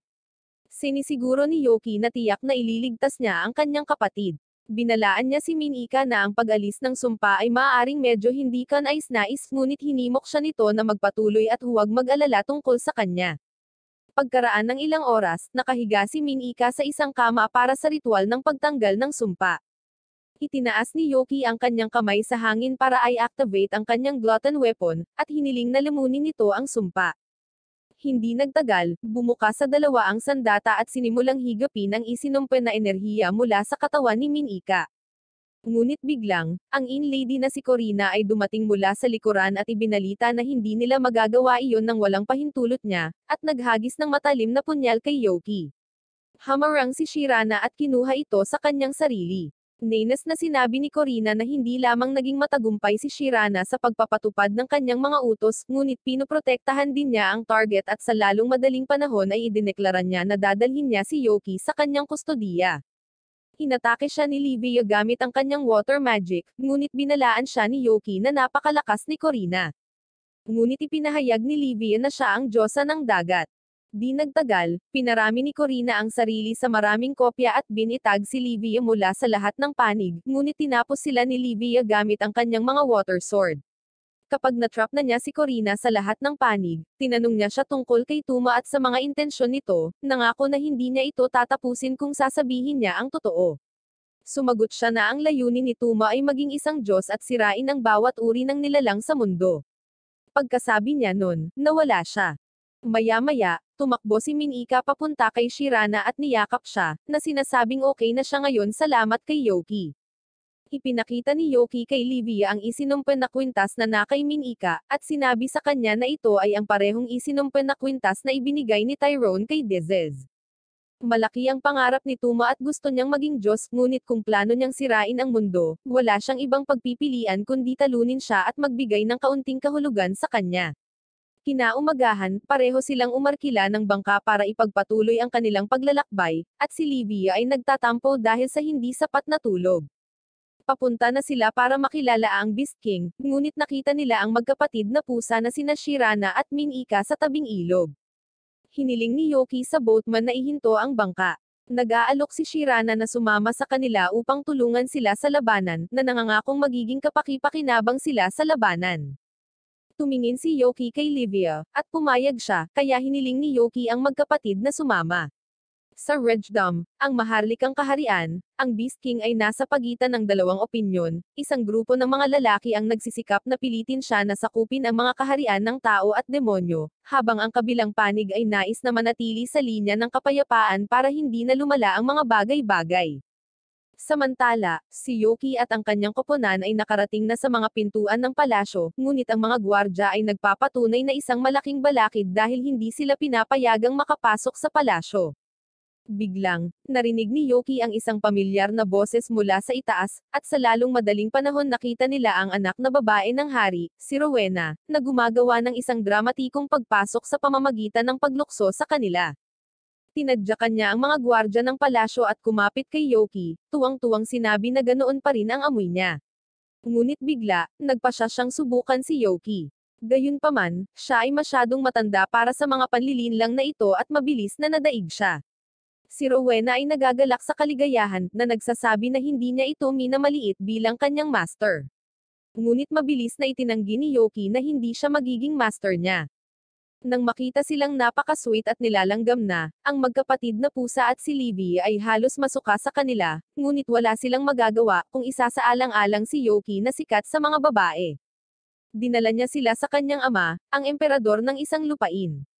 Habang nakakapit pa rin sa braso ni Yoki, tinanong siya ni Rowena tungkol sa kanyang biglaang pagkawala at kinumpronta siya tungkol sa hindi na pagbabalik sa kanya. Pero iniba na lang ni Yoki ang topic sa pagsasabing maraming nangyari at mamaya na lang niya sasabihin. Di nagtagal, nakarating sila sa palasyo ng hari, at tulad ng kanyang anak na babae, ang emperador ay tumalon sa kanya. Ngunit mabilis siyang napabalikwas ni Yoki at natambo siya sa lupa. Sinabi ng natutuwang hari na si Yoki talaga ito dahil siya lang ang makakapagpabagsak sa kanya ng ganoong kapangyarihan. Dinala niya sila sa loob, at nag-order para sa isang kapistahan upang ipagdiwang ang espesyal na okasyon ng pagdating ni Yoki. Ngunit sinabi sa kanya ni Yoki na ipagdiwang niya ang kapistahan para mamaya dahil sa ngayon ay narito siya para sa mahalagang negosyo. Alam na ng Beastman King ang tungkol sa mga nangyari kamakailan, at sinabi niya na alam niya ang tungkol sa digmaang nagaganap sa pagitan ng mga demonyo at mga tao. Sinabi sa kanya ni Yoki na si Tuma ang nasa likod ng lahat ng ito dahil gusto niyang maging Diyos at nagbabalak na tapusin ang lahat. Ang mukha ng hari ay nalulumbay sa pag-aalala, at ipinahayag niya na hindi siya maaaring umupo ng ganoon pagkatapos marinig ang lahat ng ito dahil sa kalaunan ay makakasama nito ang kanyang bansa, ang Zodorado. Ngunit sinabi sa kanya ni Yoki na ang pakikipag-away ay magpapalaki lamang ng mga problema, kaya ang gusto lang nila mula sa kanya ay magbigay ng backup kung sakaling matugunan nila ito. Nagboluntaryo si Rowena na sumama kay Yoki sa halip na ang kanyang ama at tulungan siya sa digmaan. Ngunit habang sila ay nag-uusap, isang lalaking idol si Carlos Yulo ang naka-crop top, ang lumakad sa loob ng palasyo, bumabagyo sa galit at ipinahayag na ang mga tao at mga demonyo ay kanilang likas na mga kaaway. Isinasaalang-alang na ang kanilang bansa ay nasa panganib na, hindi nila kayang ipadala ang kanilang mga tauhan bilang backup para sa ibang mga bansa. Nang magtanong si Yoki tungkol sa kanya, ipinakilala niya ang kanyang sarili bilang si Robert, ang commander ng hukbo ng Zodorado at ang nobya ni Rowena. Nang makita ni Yoki ang pagtataka kay Rowena, galit na galit niyang itinanggi si Robert bilang kanyang fiancé. Nakipag-argue ang hari na nangako siyang tutulungan si Yoki dahil siya ang bayani na nagligtas sa mundong ito, ngunit nanunuya si Robert na sinasabing ang parehong bayani ay nawala 5 taon na ang nakakaraan ng walang bakas, at ngayon ay nagbalik siya, kaya hindi nila siya mapagkakatiwalaan. Hindi na kinaya ni Rowena ang kanyang mga pinagsasabi, kaya't kinutya siya nito at sinabing mapagkakatiwalaan si Yoki dahil siya ang kanyang magiging master. Nang makita na ang mga bagay ay tataas ng hindi makontrol, nagpa siya ang hari na sumama sa panig na mananalo sa isang tunggalian, at sa lalong madaling panahon hinamon ni Robert si Yoki para sa isang labanan. Binanggit din ng hari na ang mananalo sa tunggalian na ito ay agad na ikakasal kay Rowena, at ang mga tao ay naghiyawan habang si Yoki ay kinakabahan dahil hindi niya akalain na ang mga bagay ay mauuwi sa kasal. Hiniling ng mayabang na si Robert kay Yoki na salubungin siya sa arena sa tanghali at maging handa sa kanyang kasawian. Kinaumagahan, ipinaliwanag ng hari kay Yoki na ang mga tuntunin ng kaharian ay nangangailangan ng tunggalian kung sakaling magkaroon ng hindi pagkakasundo sa pagitan ng dalawang partido. Sinusubukan niyang kumbensihin siya na kung manalo siya, magkakaroon siya ng suporta ng hukbo at ni Rowena. Isang gabi bago ang labanan, binisita ni Rowena si Robert at binalaan siya na si Yoki ay nasa ibang antas, at hindi siya magkakaroon ng pagkakataon laban sa kanya. Sumagot si Robert na siya ay isang mandirigma, at hindi niya kailangang labanan si Yoki para malaman ang pagkakaiba ng kanilang mga kakayahan. Pero bilang isang beastman at bilang isang tao, minsan hindi niya kayang umatras. Bukod dito, ipinakita niya kay Rowena ang isang tato at sinabi sa kanya na ito ay ibinigay sa kanya ng Eastern Mage at pinapalitan nito ang malakas na kalooban ng isang tao sa lakas. Maging ang mga bagay na tulad nito ay ipinagbabawal sa kaharian, at mahigpit na laban sa mga ito ang hari. Gagamitin pa rin niya ito para protektahan siya, kahit na mawawalan ito ng pride at buhay. Buo na ang loob ni Robert na lumaban at umalis na si Rowena. Kinaumagahan, nagtipon ang napakaraming tao sa arena kung saan magkaharap sina Yoki at Robert. Hindi inaasahan ni Yoki ang napakaraming tao, ngunit sinabi sa kanya ni Rowena na ang mga tao sa kahariang ito ay mahilig sa mga pagdiriwang. Hindi nagtagal, ibinalita ng hari na magsisimula na ang labanan upang magpasya kung sino ang tamang taong magpapakasal kay Rowena. Hindi nagtagal ay nagsimula na ang labanan, at inatake ni Robert si Yoki gamit ang kanyang mga kamao at kuko, ngunit hindi niya nagawang saktan si Yoki. Napagtatanto na matatalo siya sa labanan, nagpatuloy siya sa pagbabagong anyo sa sarili bilang isang lobo at muling inatake si Yoki, ngunit dinaig niya ang lobo at hinamped siya sa lupa habang ang karamihan ay nag-cheer kay Yoki. Iniisip ni Yoki na tapos na ang labanan at tumalikod sa kanya, ngunit agad na tumayo si Robert sa kanyang anyo ng lobo, ngunit sa pagkakataong ito ay mas malaki at mas mapanganib, at pinalipad si Yoki sa buong madla. Isang kakaibang enerhiya mula sa tato ang nagsimulang pumintig sa katawan ni Robert, at ginawa siyang isang mas malakas na lobo, kaya agad na hiniling ng hari sa kanyang mga bantay na ilikas ang publiko. Ibinigay ni Livia kay Yoki ang kanyang talem upang harapin ang isang isinumpang Robert. Napagtanto ni Yoki na si Robert ay nagdurusa mula sa isang sinumpa na enerhiya, at may ibang kumokontrol sa kanyang katawan. Habang galit na galit niyang sinusubukang pigilan siya sa pag-atake sa mga karaniwang tao, tumalon si Rowena at hiniling kay Robert na huminto sa kanyang pagkapanatiko, ngunit tila walang makakapigil kay Robert, na naging isang balisan na hayop na may dugong umaagos mula sa kanyang mga kalamnan, namumula ang mga mata, at katawan na lumalawak sa laki at proporsyon. Di nagtagal, isang ipoypo ang nakita sa kanyang ulo, at biglang nagpakita ang isang ilusyon ni Tuma mula sa kanya. Casual na sinabi ni Tuma na kailangan niyang tapusin si Robert para pigilan siya. Kung hindi, gagawin niyang sasayangin ni Yoki ang kanyang mahalagang magic energy. Sinabi niya sa kanya na nais niyang makita siya ng personal at alam niyang darating muli si Yoki. Biglang itinuro ni Tuma si Rowena para atakihin siya, ngunit pumagitna si Yoki, at ikinagalit nito si Tuma, na balisa na inakusahan si Yoki sa pagpili ng isang halimaw na babae kaysa sa kanya. Palagi niyang hinihiling na siya ang piliin ni Yoki, ngunit dahil hindi, sisiguraduhin niyang tatapusin niya ang mga tao, mga demonyo, at mga beastman para sa kapakanan ni Yoki. Kapag nabura na ang buong mundo, sila ni Yoki ay mamumuhay ng mapayapa bilang mga Diyos. Si Yoki ay lumakad patungo sa kanya, itinutok ang kanyang talem sa kanya, at inutusan siyang isara ang kanyang bibig dahil wala siyang pakialam sa mga walang katotohanang ideya na lumulutang sa kanyang ulo. Ngunit kung sasaktan niya ang mga inosente, hindi siya magdadalawang isip na tapusin si Tuma. Tumawa si Tuma at ipinaalam sa kanya na sinimulan na ng destinya ang pagsalakay nito sa damanak na kontinente, at ang mundo ay naset sa paggalaw. Kung si Yoki ay may oras at kapangyarihan, pagkatapos ay maaari siyang magpatuloy at itigil ang lahat ng ito. Ipinahayag niya na isang araw ay mananalo siya kay Yoki at dahan-daang nawawala. Pagkatapos ng labanan, humingi ng paumanhin ang hari kay Yoki sa pag-aproba sa isang mapanganib na labanan. Hiniling sa kanya ni Yoki na maging sentimental mamaya, ngunit sa ngayon, kailangan nilang magtungo kaagad sa kontinente ng demonyo upang pigilan si Tuma. Inutusan ng hari na ayusin kaagad ang isang barko para sa kanila, at tiniyak sa kanya na gagawin ng kanyang hukbo ang paghahanda sa lalong madaling panahon. Flashback sa 10 taon na ang nakakaraan, nang si Yoki at Tuma ay tinawag sa mundong ito sa unang pagkakataon. Sa pamamagitan ng portal, natagpuan nila ang kanilang mga sarili sa isang kakaibang palasyo kasama ang mga kabalyero, at isang hari na tuwang-tuwa nang makita sila at ipinahayag na sila ang mga bayani na dumating upang iligtas sila. Si Yoki, ang walang pigil sa pagsasalita, ay pinagsabihan sila at inutusan silang ihinto ang pagtawag sa kanila ng mga bayani nang hindi sinasabi sa kanila ang nangyayari, at hindi nila dapat subukang ibuhos sa kanila ang mga problema ng kanilang kaharian. Gayunpaman, sa lalong madaling panahon si Yoki ay nagsimulang umangkop sa buhay doon, at nagsimulang magsanay ng iba't ibang mga taktika at diskarte, habang ang mahiyain at malumanay na si Tuma ay nangungulila pa rin, at patuloy na nagrereklamo tungkol sa pagiging nakulong sa isang kakaibang lupain na walang paraan para makaalis. Palaging tinitingala ni Tuma si Yoki bilang kanyang senior at sinusundan ang kanyang mga yapak. Kaya't nang tiyakin sa kanya ni Yoki na nasa iisang panig sila at sabay silang aalis dito, pinanghawakan niya ang kanyang mga salita at ipinagpalagay na laging nasa tabi niya si Yoki anuman ang mangyari. Isang araw, hiniling ni Yoki sa kanya na makipagtulungan sa kanya upang ihinto ang digmaan, dahil ang pagpaslang ng mga estranghero sa isang hindi kilalang lupain ay magiging isang pag-aaksaya ng oras at buhay. Ngunit nag-alinlangan si Tuma dahil hindi siya malakas physically at mentally tulad ni Yoki, at idineklara niya na imposible ito para sa kanya. Ngunit tiniyak sa kanya ni Yoki na sila ay pinili bilang mga bayani, at hindi nila malalaman kung may kakayahan silang gawin ito hanggang sa subukan nila.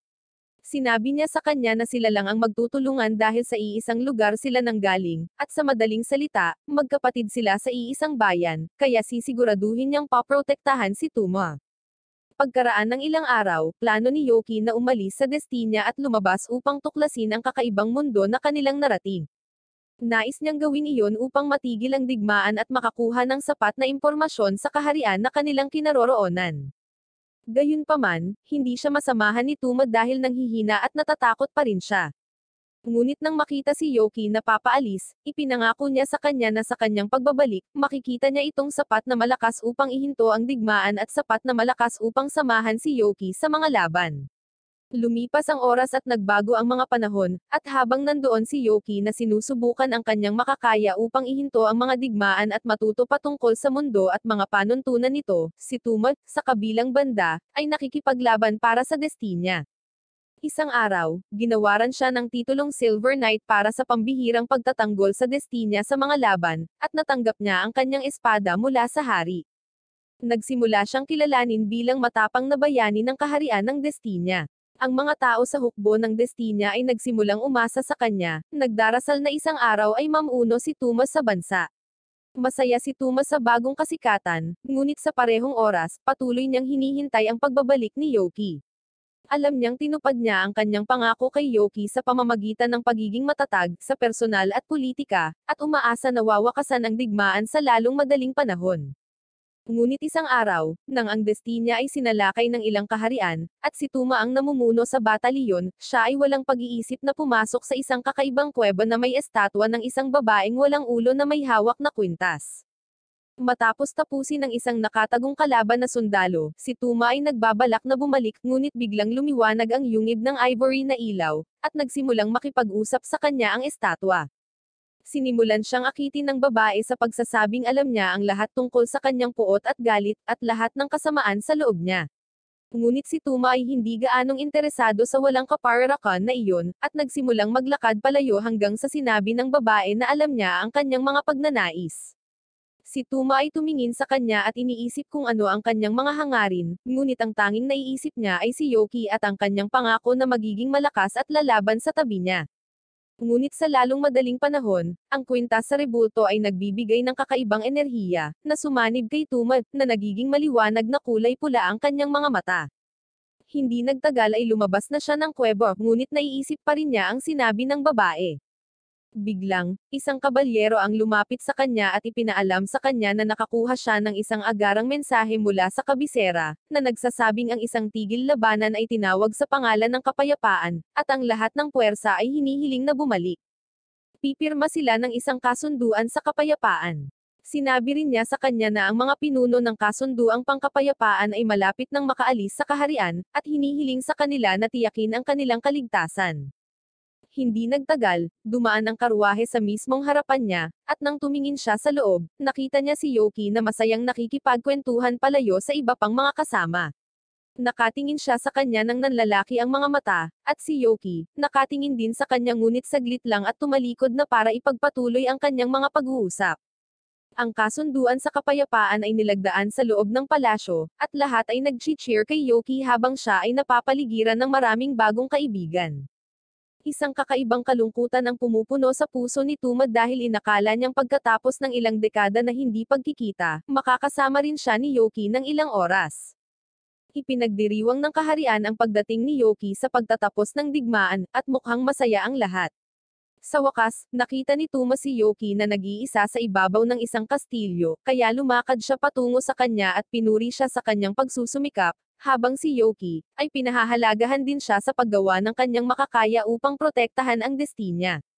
Gayunpaman, bago makapagsalita si Tuma ng anuman, tinawagan ni Elfa at ng iba pa si Yoki para sumali sa party, at nagdahilan si Yoki na maglakad patungo sa kanila. Ngunit bigla, pagkatapos ng maraming pag-aalinlangan, ipinaalala sa kanya ni Tuma ang kanyang pangako at nagtanong kung dapat silang bumalik sa kanilang mundo. Gayunpaman, wala sa mood si Yoki na umalis sa kaharian at sinabi na ang digmaan ay sa wakas ay natapos na, at marami pa ang natitira upang makita sa bagong kakaibang lupain, kaya sa wakas ito ang simula ng kanyang masayang-masaya na buhay sa ibang mundo. Sa sandaling marinig niya ito, muling umalangaw-ngaw sa kanya ang boses ng babae, na humihimok sa kanya na kamuhian si Yoki sa pagiging makasarili, at patuloy niyang pinaniniwalaan si Tuma na nagbago na si Yoki at ayaw niyang tuparin ang kanyang pangako. Sa sandaling si Yoki ay nagsimulang maglakad palayo, ang enerhiya ay nagtataglay kay Tuma, at ang kwintas ay nagsimulang kuminang na may sinumpa na enerhiya, na nagiging isang balisa. Tinawag niya si Yoki at ipinahayag na tatapusin niya ang sinumang pumagitna sa kanila, kabilang ang mga demonyo, tao, at mga beastman. Nang makita ito, labis na naalarma si Yoki, kaya sinubukan niyang pigilan si Tuma ngunit tila sinapian si Tuma ng isang malakas na sumpa.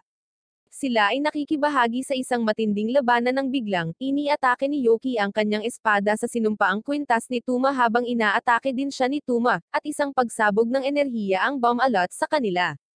Nang tumakbo sina Elfa, Glino, at Leia patungo sa rooftop, nalaman nilang may malaking crater. Gayunpaman, hindi nakikita sina Tuma or Yoki. Gayunpaman, muling pumasok si Tuma sa kuweba, at mula doon ay nalaman niyang maaari siyang gumawa ng isang hukbo ng mga tao na magiging kanyang mga tagasunod, at kung paano si Tuma ay naging pangunahing kaaway ni Yoki. Sa kabilang banda, tulad ng sinabi ni Tuma kay Yoki, ang mga barko ng Destinia, na puno ng mga sundalo at mga kaklase ni Yoki, ay patungo sa Damana Continent.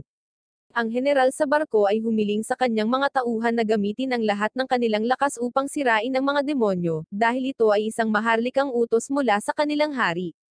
Nasa deck ng barko sina Glino, Elfa, at Leia, at ginagamit ni Leia ang kanyang mga magic ball para suriin ang presensya ng magic, at sa lalong madaling panahon, natutunton niya ang magic ni Tuma mula sa malapit.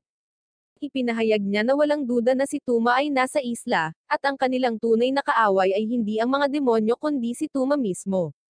Itinuro ni Glino na ang general at ang iba pa ay sabik na talunin ang mga demonyo, at kung susubukan nilang sabihin sa kanila na si Tuma ang nasa likod ng lahat ng ito, malamang na tratuhin nila sila bilang mga especially iya. Nangangatuwiran si Elfen na kung wala silang gagawin ngayon, magsisimula sila ng walang kabuluhang digmaan sa mga demonyo. Si Yohi, gayunpaman, ay nagpahayag na naniniwala siya kay Yoki at natitiyak niyang nariyan siya na sinusubukan ang kanyang makakaya upang ihinto ang digmaan, kaya ang kailangan lang nilang gawin para sa kanya ay bumili ng mas maraming oras. Sumasang-ayon sila sa kanya at ipinahayag na dapat nilang subukan ang kanilang makakaya upang maiwasan ang pinakamaraming casualty hanggat maaari, at para doon, si Yohi ang pinakamahusay na kandidato. Sa wakas, lahat sila ay pinagsama ang kanilang mga sandata at nagpasya na tulungan si Yoki at itigil ang digmaan upang muling makuha ang kapayapaan. Di nagtagal, ang mga barko ng Destinia ay nakarating sa kontinente ng demonyo, at nagsimula ang isang malupit na sagupaan sa pagitan ng dalawang hukbo. Inutusan ng general ng Destinia ang kanyang mga sundalo na atakihin ang bodega ng demonyo gamit ang mahika, habang ang commander ng demonyo ay naguutos sa kanyang mga tauhan na patuloy na tapusin ang mga kaaway hanggat kaya nila, at ilayo sila sa kanilang base militar. Tila lahat sila ay magtatapos sa pagpaslang sa isa't isa, at ang kaguluhan ay naganap sa buong kontinente na ang magkabilang panig ay ayaw umatras. Sa kabilang banda, tinipon nina Elfa, Glino, Leia, at Yohi ang mga kaklase ni Yoki at inutusan silang maghintay hanggang maituon ng kaaway ang kanilang buong atensyon sa harapan, bago gamitin ang kanilang mga individual na tricks at armas. Hindi nagtagal, sumigaw si Elfa ng isang utos na humihiling sa kanila na magmarcha pasulong, habang si Glino ay humarap sa mga sundalo ng kaaway ng buong lakas. Ginagamit nina Elfa at Leia ang kanilang mga magic trick para maalis ang kanilang kaaway. Ang mga kaklase ni Yoki ay medyo undertrained at nag-aalangan, ngunit gayunpaman, sila ay nagmarcha pasulong upang harapin ang demonyo. Si Yohi ay nakatayo sa gitna ng larangan ng digmaan, pinapanood ang kanyang mga kaklase na pinapalibutan ng isang sugatang sundalong demonyo. Masyado nang nasugatan ang nilalang para lumaban, at hindi niya ito hinayaan na tapusin nila ito. Gamit ang mahigpit na pagpapasya, humakbang siya at pinigilan sila, ipinaalala sa kanila na ang pagpaslang sa isang walang magawang sundalo ay labag sa etika ng digmaan. Ang kanyang mga kaklase, gayunpaman, ay hindi katulad ng kanyang pananaw. Ang isa sa kanila, dismayado at galit, ay sumigaw sa kanya. Nakipagtalo siya na sa digmaan kailangan nilang pumaslang. Kung hindi nila matatapos ang demonyo ngayon, baka bumalik ito para tapusin sila mamaya. Ngunit tumanggi si Yohi na tanggapin ang ganitong paraan ng pag-iisip. Sinabi niya sa kanila na hindi sila maaaring mawala ang kanilang katauhan dahil lamang sila sa isang digmaan. Ang pagpaslang sa isang bagay na hindi kayang ipagtanggol ang sarili ay hindi tama. Nais niyang maalala nila kung ano ang ibig sabihin ng pagiging tao, kahit na sa gayong kakilakilabot na mga kalagayan. Hindi kinailangan ng digmaan na gawin silang mga halimaw. Habang sinusubukan niyang kumbansihin ang mga ito, isang kakaibang boses ang nag-ambala, na kinukutya siya dahil hindi niya kayang tapusin ang kaaway. Bago pa siya makasagot, biglang nagcast ang lalaking ito, na nagpapakita ng mga asol na portal. Mula sa mga portal na ito, nagsimulang bumuhos ang mga halimaw na metal. Agad silang nakilala ni Yohi mula sa isang naunang labanan sa kakaibang lupain. Nakalaban na nila ang mga nilalang na ito noon, at noon ay madali silang natalo ni Yoki. Ngunit ngayon, sa sobrang dami sa kanila na nagpapakita, alam ni Yohi na iba na ang pagkakataong ito. Nagsisimula pa lang ang totoong laban. Sa kabilang banda, isa pang portal ang bumukas mula sa ilalim ng lupa, at mula rito ay lumabas ang isang babaeng demonyo na may matangkad na pulang mata, na malinaw na nagpapahiwatig na siya ay sinapian. Siya ay gumagalaw sa paghiwa na parang gulay sa paa ng mga sundalo ng Destinia, pinutol ang mga ito ng malupit gamit ang kanyang espada. Ang mga sundalo ay natural na natatakot sa kakaibang nilalang, sinusubukang harangan siya, ngunit tila walang gumagana sa kanya. Biglang napatingin silang lahat sa babaeng demonyong may pulang buhok, at sa kanilang pagkadismaya, napagtanto nilang walang iba kundi si Alisa ito, na sinapian ng Pony Tuman na nagngangalang Malika, na dating nakatira sa nayon na nakabalat kayo bilang isang babaeng demonyo. Samantalang sa katunayan, siya ay isang dragon na nagtatrabaho sa ilalim ni Tuma. Galit na tinanong ni Elfa si Malika tungkol sa kung ano ang ginawa niya kay Alisa, at sumagot siya na siya ay malakas, kaya ginawa niya itong isang manika upang samantalahin ang kanyang mga kapangyarihan at gamitin ang mga ito laban sa kanya. Pagkatapos ay hinihiling niya sa kanilang lahat na maging kanyang mga manika din. Nang makita ang lahat ng ito, hinampas ni Elfa si Malika gamit ang kanyang espada, ngunit hinaranggan siya ng inaalihan na si Alisa sa kalagitnaan, at sa kabila ng pagsusumamo ni Elfa tila hindi siya nito nakilala at pina-attrod siya. Samantala, hiniwa ni Malika ang kanyang braso, at umagos ang dugo mula rito, na tumalsik sa lupa. Ibinunyag ni Leia na ang dugong damanak ay hindi pangkaraniwan bagkos ay may puro magic at isang malakas na sumpa. Habang umiikot ang madilim na enerhiya sa paligid, nagsimulang lumabas ang apat na kakaibang nilalang mula sa dugo. Ang bawat isa ay mas nakakatakot kaysa sa huli, isang matayog na bakulaw na may mga pangil na parang mga talem, isang napakalaking dinosaur na may matutulis na kaliskis, isang ahas na napakalaki ng mga likaw nito na maaaring dumurog sa isang lungsod, at isang mabangis na dragon na may kumikinang na mga mata at apoy na kumikislap sa kanyang katawan. Sa gitna ng kaguluhang ito, nagiging malinaw na si Malika mismo ay isang halimaw na may kakaibang kakayahang lumikha ng mga nakakatakot na nilalang. Habang nagpapatuloy ang labanan, sinimulan nilang ibagsak ang mga halimaw ng isa-isa, nagtatrabaho ng magkakasabay, gamit ang kanilang mga lakas upang takpan ang mga kahinaan ng bawat isa. Nang tila nababaliktad ang laban, sumasali si Yohi sa grupo, na nagdaragdag sa kanilang lakas. Pagkatapos ay mabilis siyang nagtanong kay Malika habang ang lahat ng kanyang kahangahangang nilikha ay natalo, na nagtatanong kung ano ang kanyang susunod na gagawin. Hindi nagtagal, inutusan ni Malika si Alisa na tapusin ang lahat ngunit mabilis na pumasok si Glino para pigilan siya. Alam niyang si Alisa ang kanilang mahal na kaibigan, kahit na nasa ilalim ito ng kontrol ni Malika. Sa halip na saktan siya ng seryoso, ginamit ni Glino ang hawakan ng kanyang espada para patumbahin siya, sapat na hinampas siya para mawalan siya ng malay ngunit tinitiyak na mananatili siyang buhay. Habang bumagsak si Alisa sa lupa, tiningnan ni Glino na humihinga pa siya. Nakakaramdam siya ng panandaliang kaginhawahan, ngunit walang oras para magpahinga habang nagpapatuloy ang labanan. Samantala, sinusugod ni Elfa si Malika, na ang puso ay puno ng galit at determinasyon. Sa isang mabilis na hampas, itinusok niya ang kanyang talem sa katawan ni Malika, na tinamaan ang organ na kumokontrol sa kanyang kapangyarihang mahika. Bumulwak ang dugo mula sa katawan ni Malika, at nahulog siya sa kalapit na ilog. Tila sa wakas ay nasawi na si Malika habang ang kanyang katawan ay walang buhay na inaanod sa ilog, at ang lahat ay nagsimulang maniwala na ang labanan ay tapos na.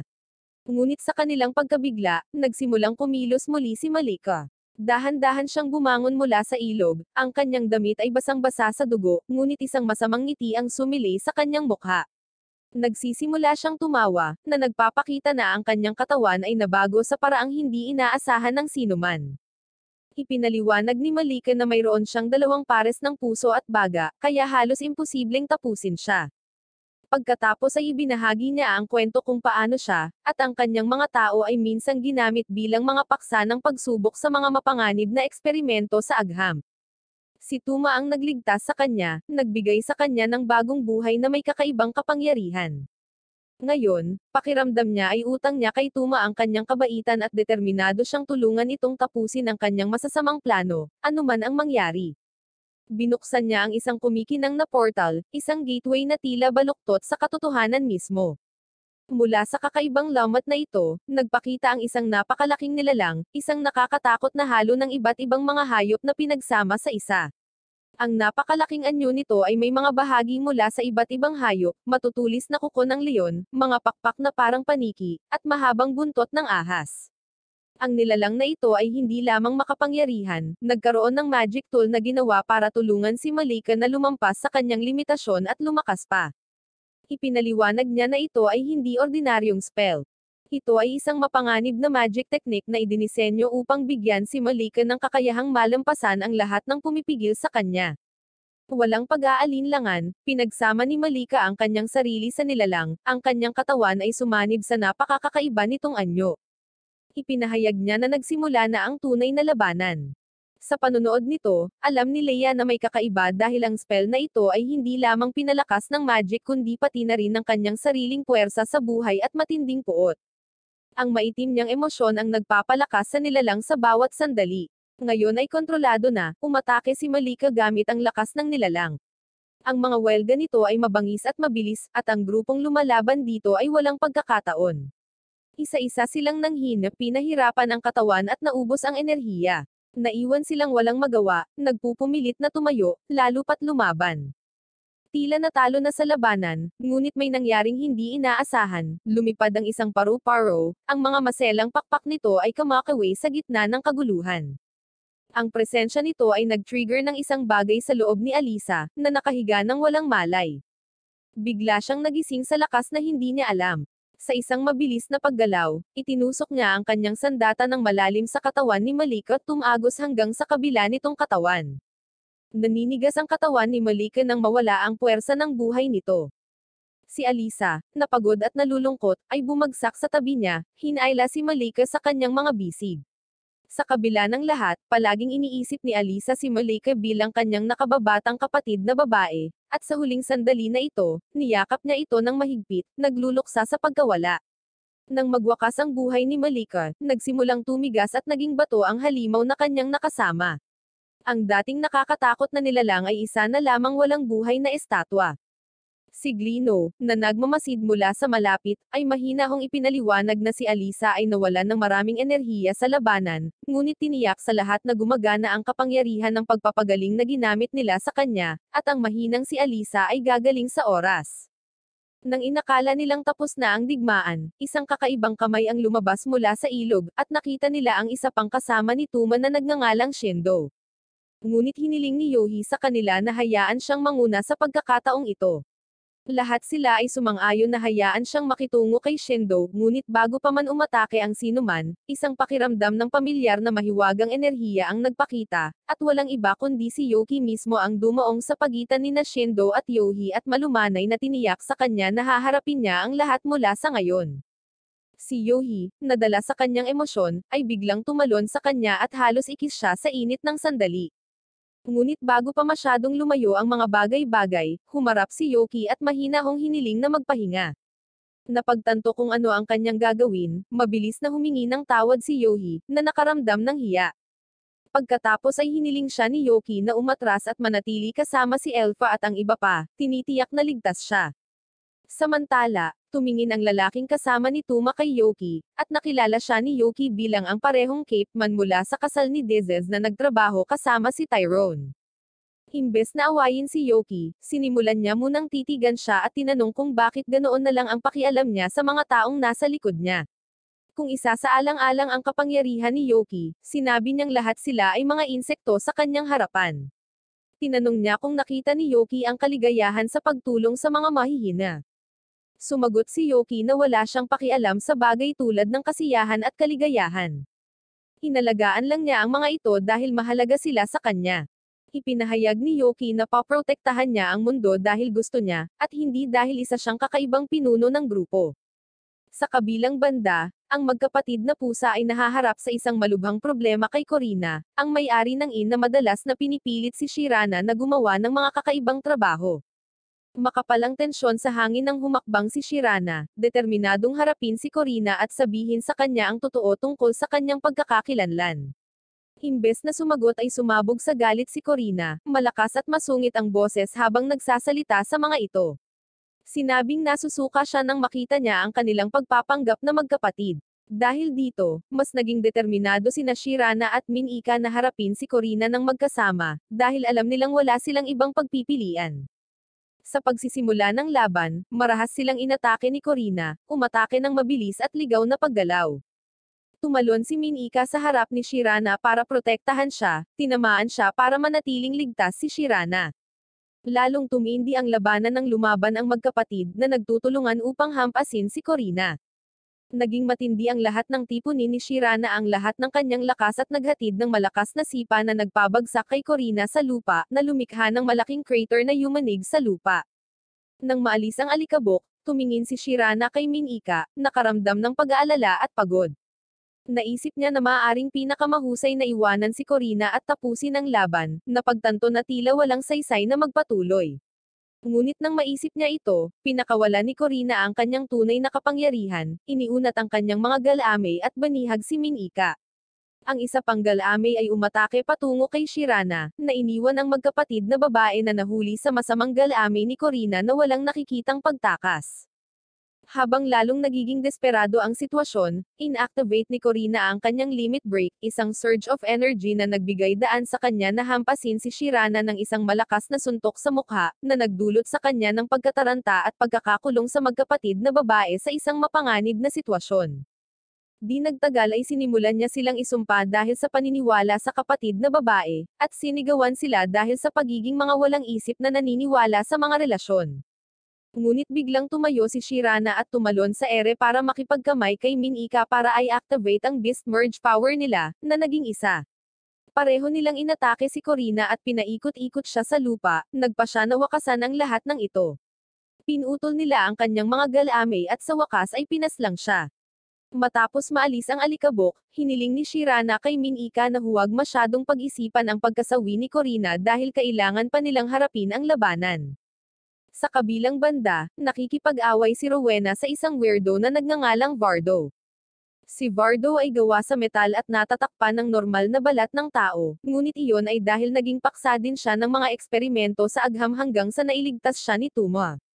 Ang pagkarinig sa pangalan ni Tuma ay lalong nagpagana kay Rowena dahil narinig na niya ang tungkol sa kanyang mga maling akala sa pagtatangkang maging isang Diyos. Ngunit para kay Vardo, walang mali doon dahil magagawa ng mga makapangyarihan ang anumang gusto nila, at alam niya ito sa pamamagitan ng karanasan. Ngunit sa sandaling binigkas niya ang pangalan ni Robert, tumakbo siya patungo sa kanya sa galit at naghatid ng isang sipa sa kanyang mukha, habang inaakusahan siya ng paggamit ng kanyang nakaraang buhay bilang isang katwiran para sa pagpaslang sa iba. Hindi nagtagal ay binago ni Vardo ang kanyang sarili sa ilang mga bola at nagsimulang maging hilera, na nagpadugo sa kanya. Sa wakas nang hindi na makayanan ni Rowena, binago niya ang kanyang sarili bilang isang mabangis na leon na may mahabang kuko at umakyat sa ibabaw ni Vardo para suntukin siya. Pero habang hinahampas niya ito, lalong dumudugo ang mga palad niya. Hindi nagtagal, naglabas si Vardo ng matutulis na galame mula sa kanyang katawan, tinusok si Rowena, ngunit hindi siya sumuko at tinalo ang kalokohang pinaggagawa ni Vardo.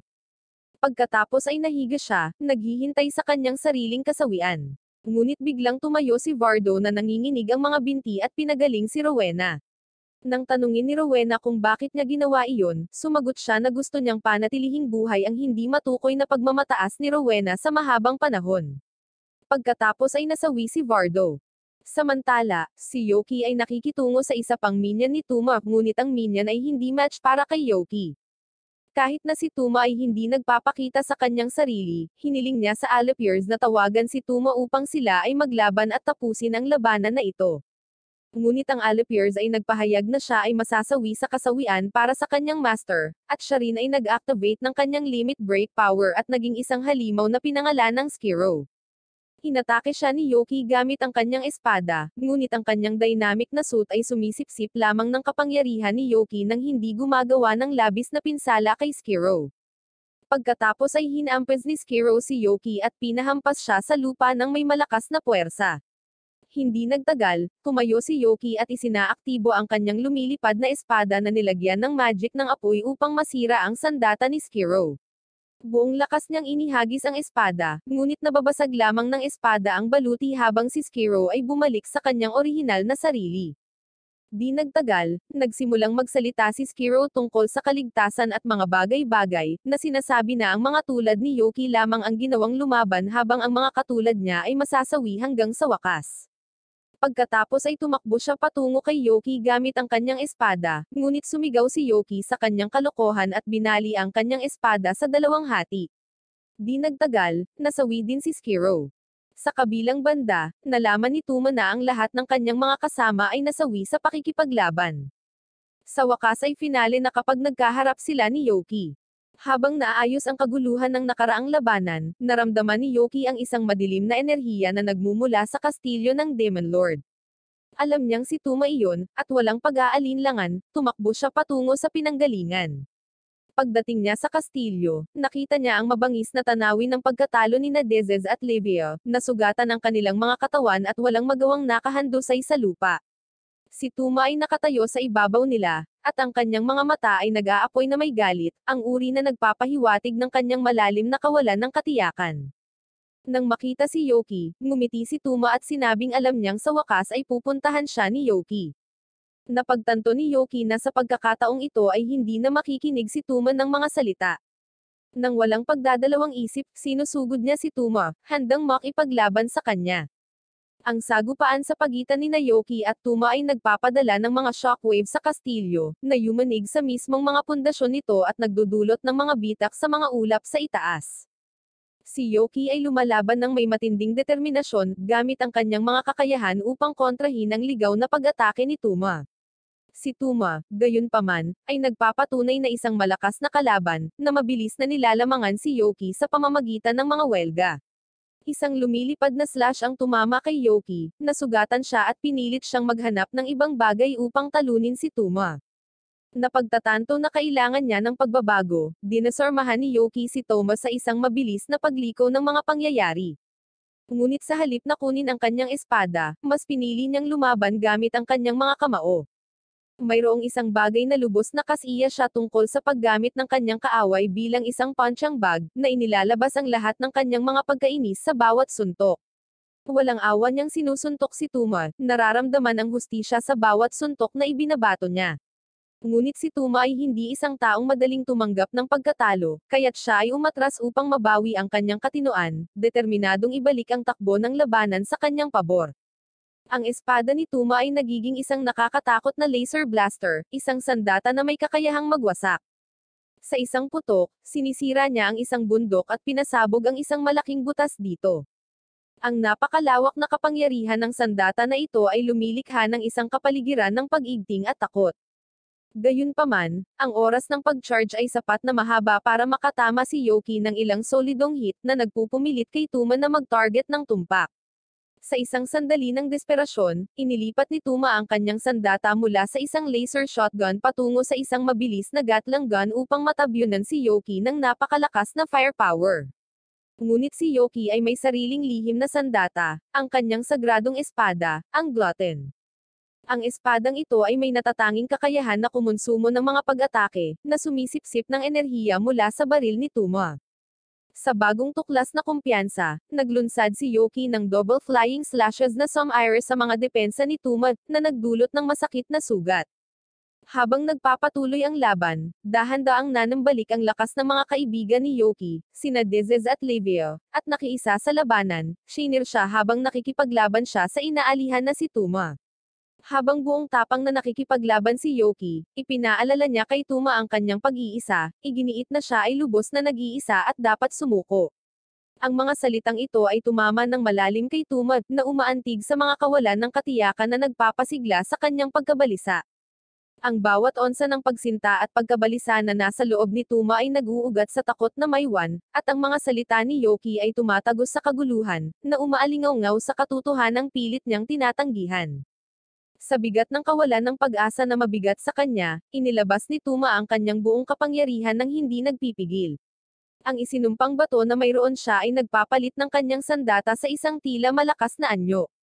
Sumugod si Tuma kay Yoki, umaatake ng may kabangisan na nagpapahirap kay Yoki na makahanap ng pagkakataong umatake. Si Yoki ay nakakaiwas lamang at naiinis sa walang humpay na pagtugis ni Tuma. Ang larangan ng digmaan ay kapansin-pansing nagbabago, kasama ang matinding galit ni Tuma habang hinahabol niya si Yoki sa paligid ng kastilyo. Sa isang sandali ng purong desperasyon, itinutok ni Tuma ang kanyang sandata sa mga kaibigan ni Yoki, na nagpa siya na atakihin sila. Mabilis na tumugon ang bayani sa pamamagitan ng pagharang sa ilan sa mga paparating na atake gamit ang kanyang espada, ngunit ang ilang mga atake ay nagagawa pa ring maabot ang kanilang mga target. Gayunpaman, sa pagkabigla ni Tuma, walang nasaktan dahil naisip nila ang kapangyarihan ng pagkakaibigan upang lumikha ng isang proteksyon na kalasag sa kanilang sarili, na nagpapakita ng tibay ng kanilang pagsasama. Ang pagliko ng mga pangyayari ay nagbibigay kay Yoki ng pambungad na kailangan niya.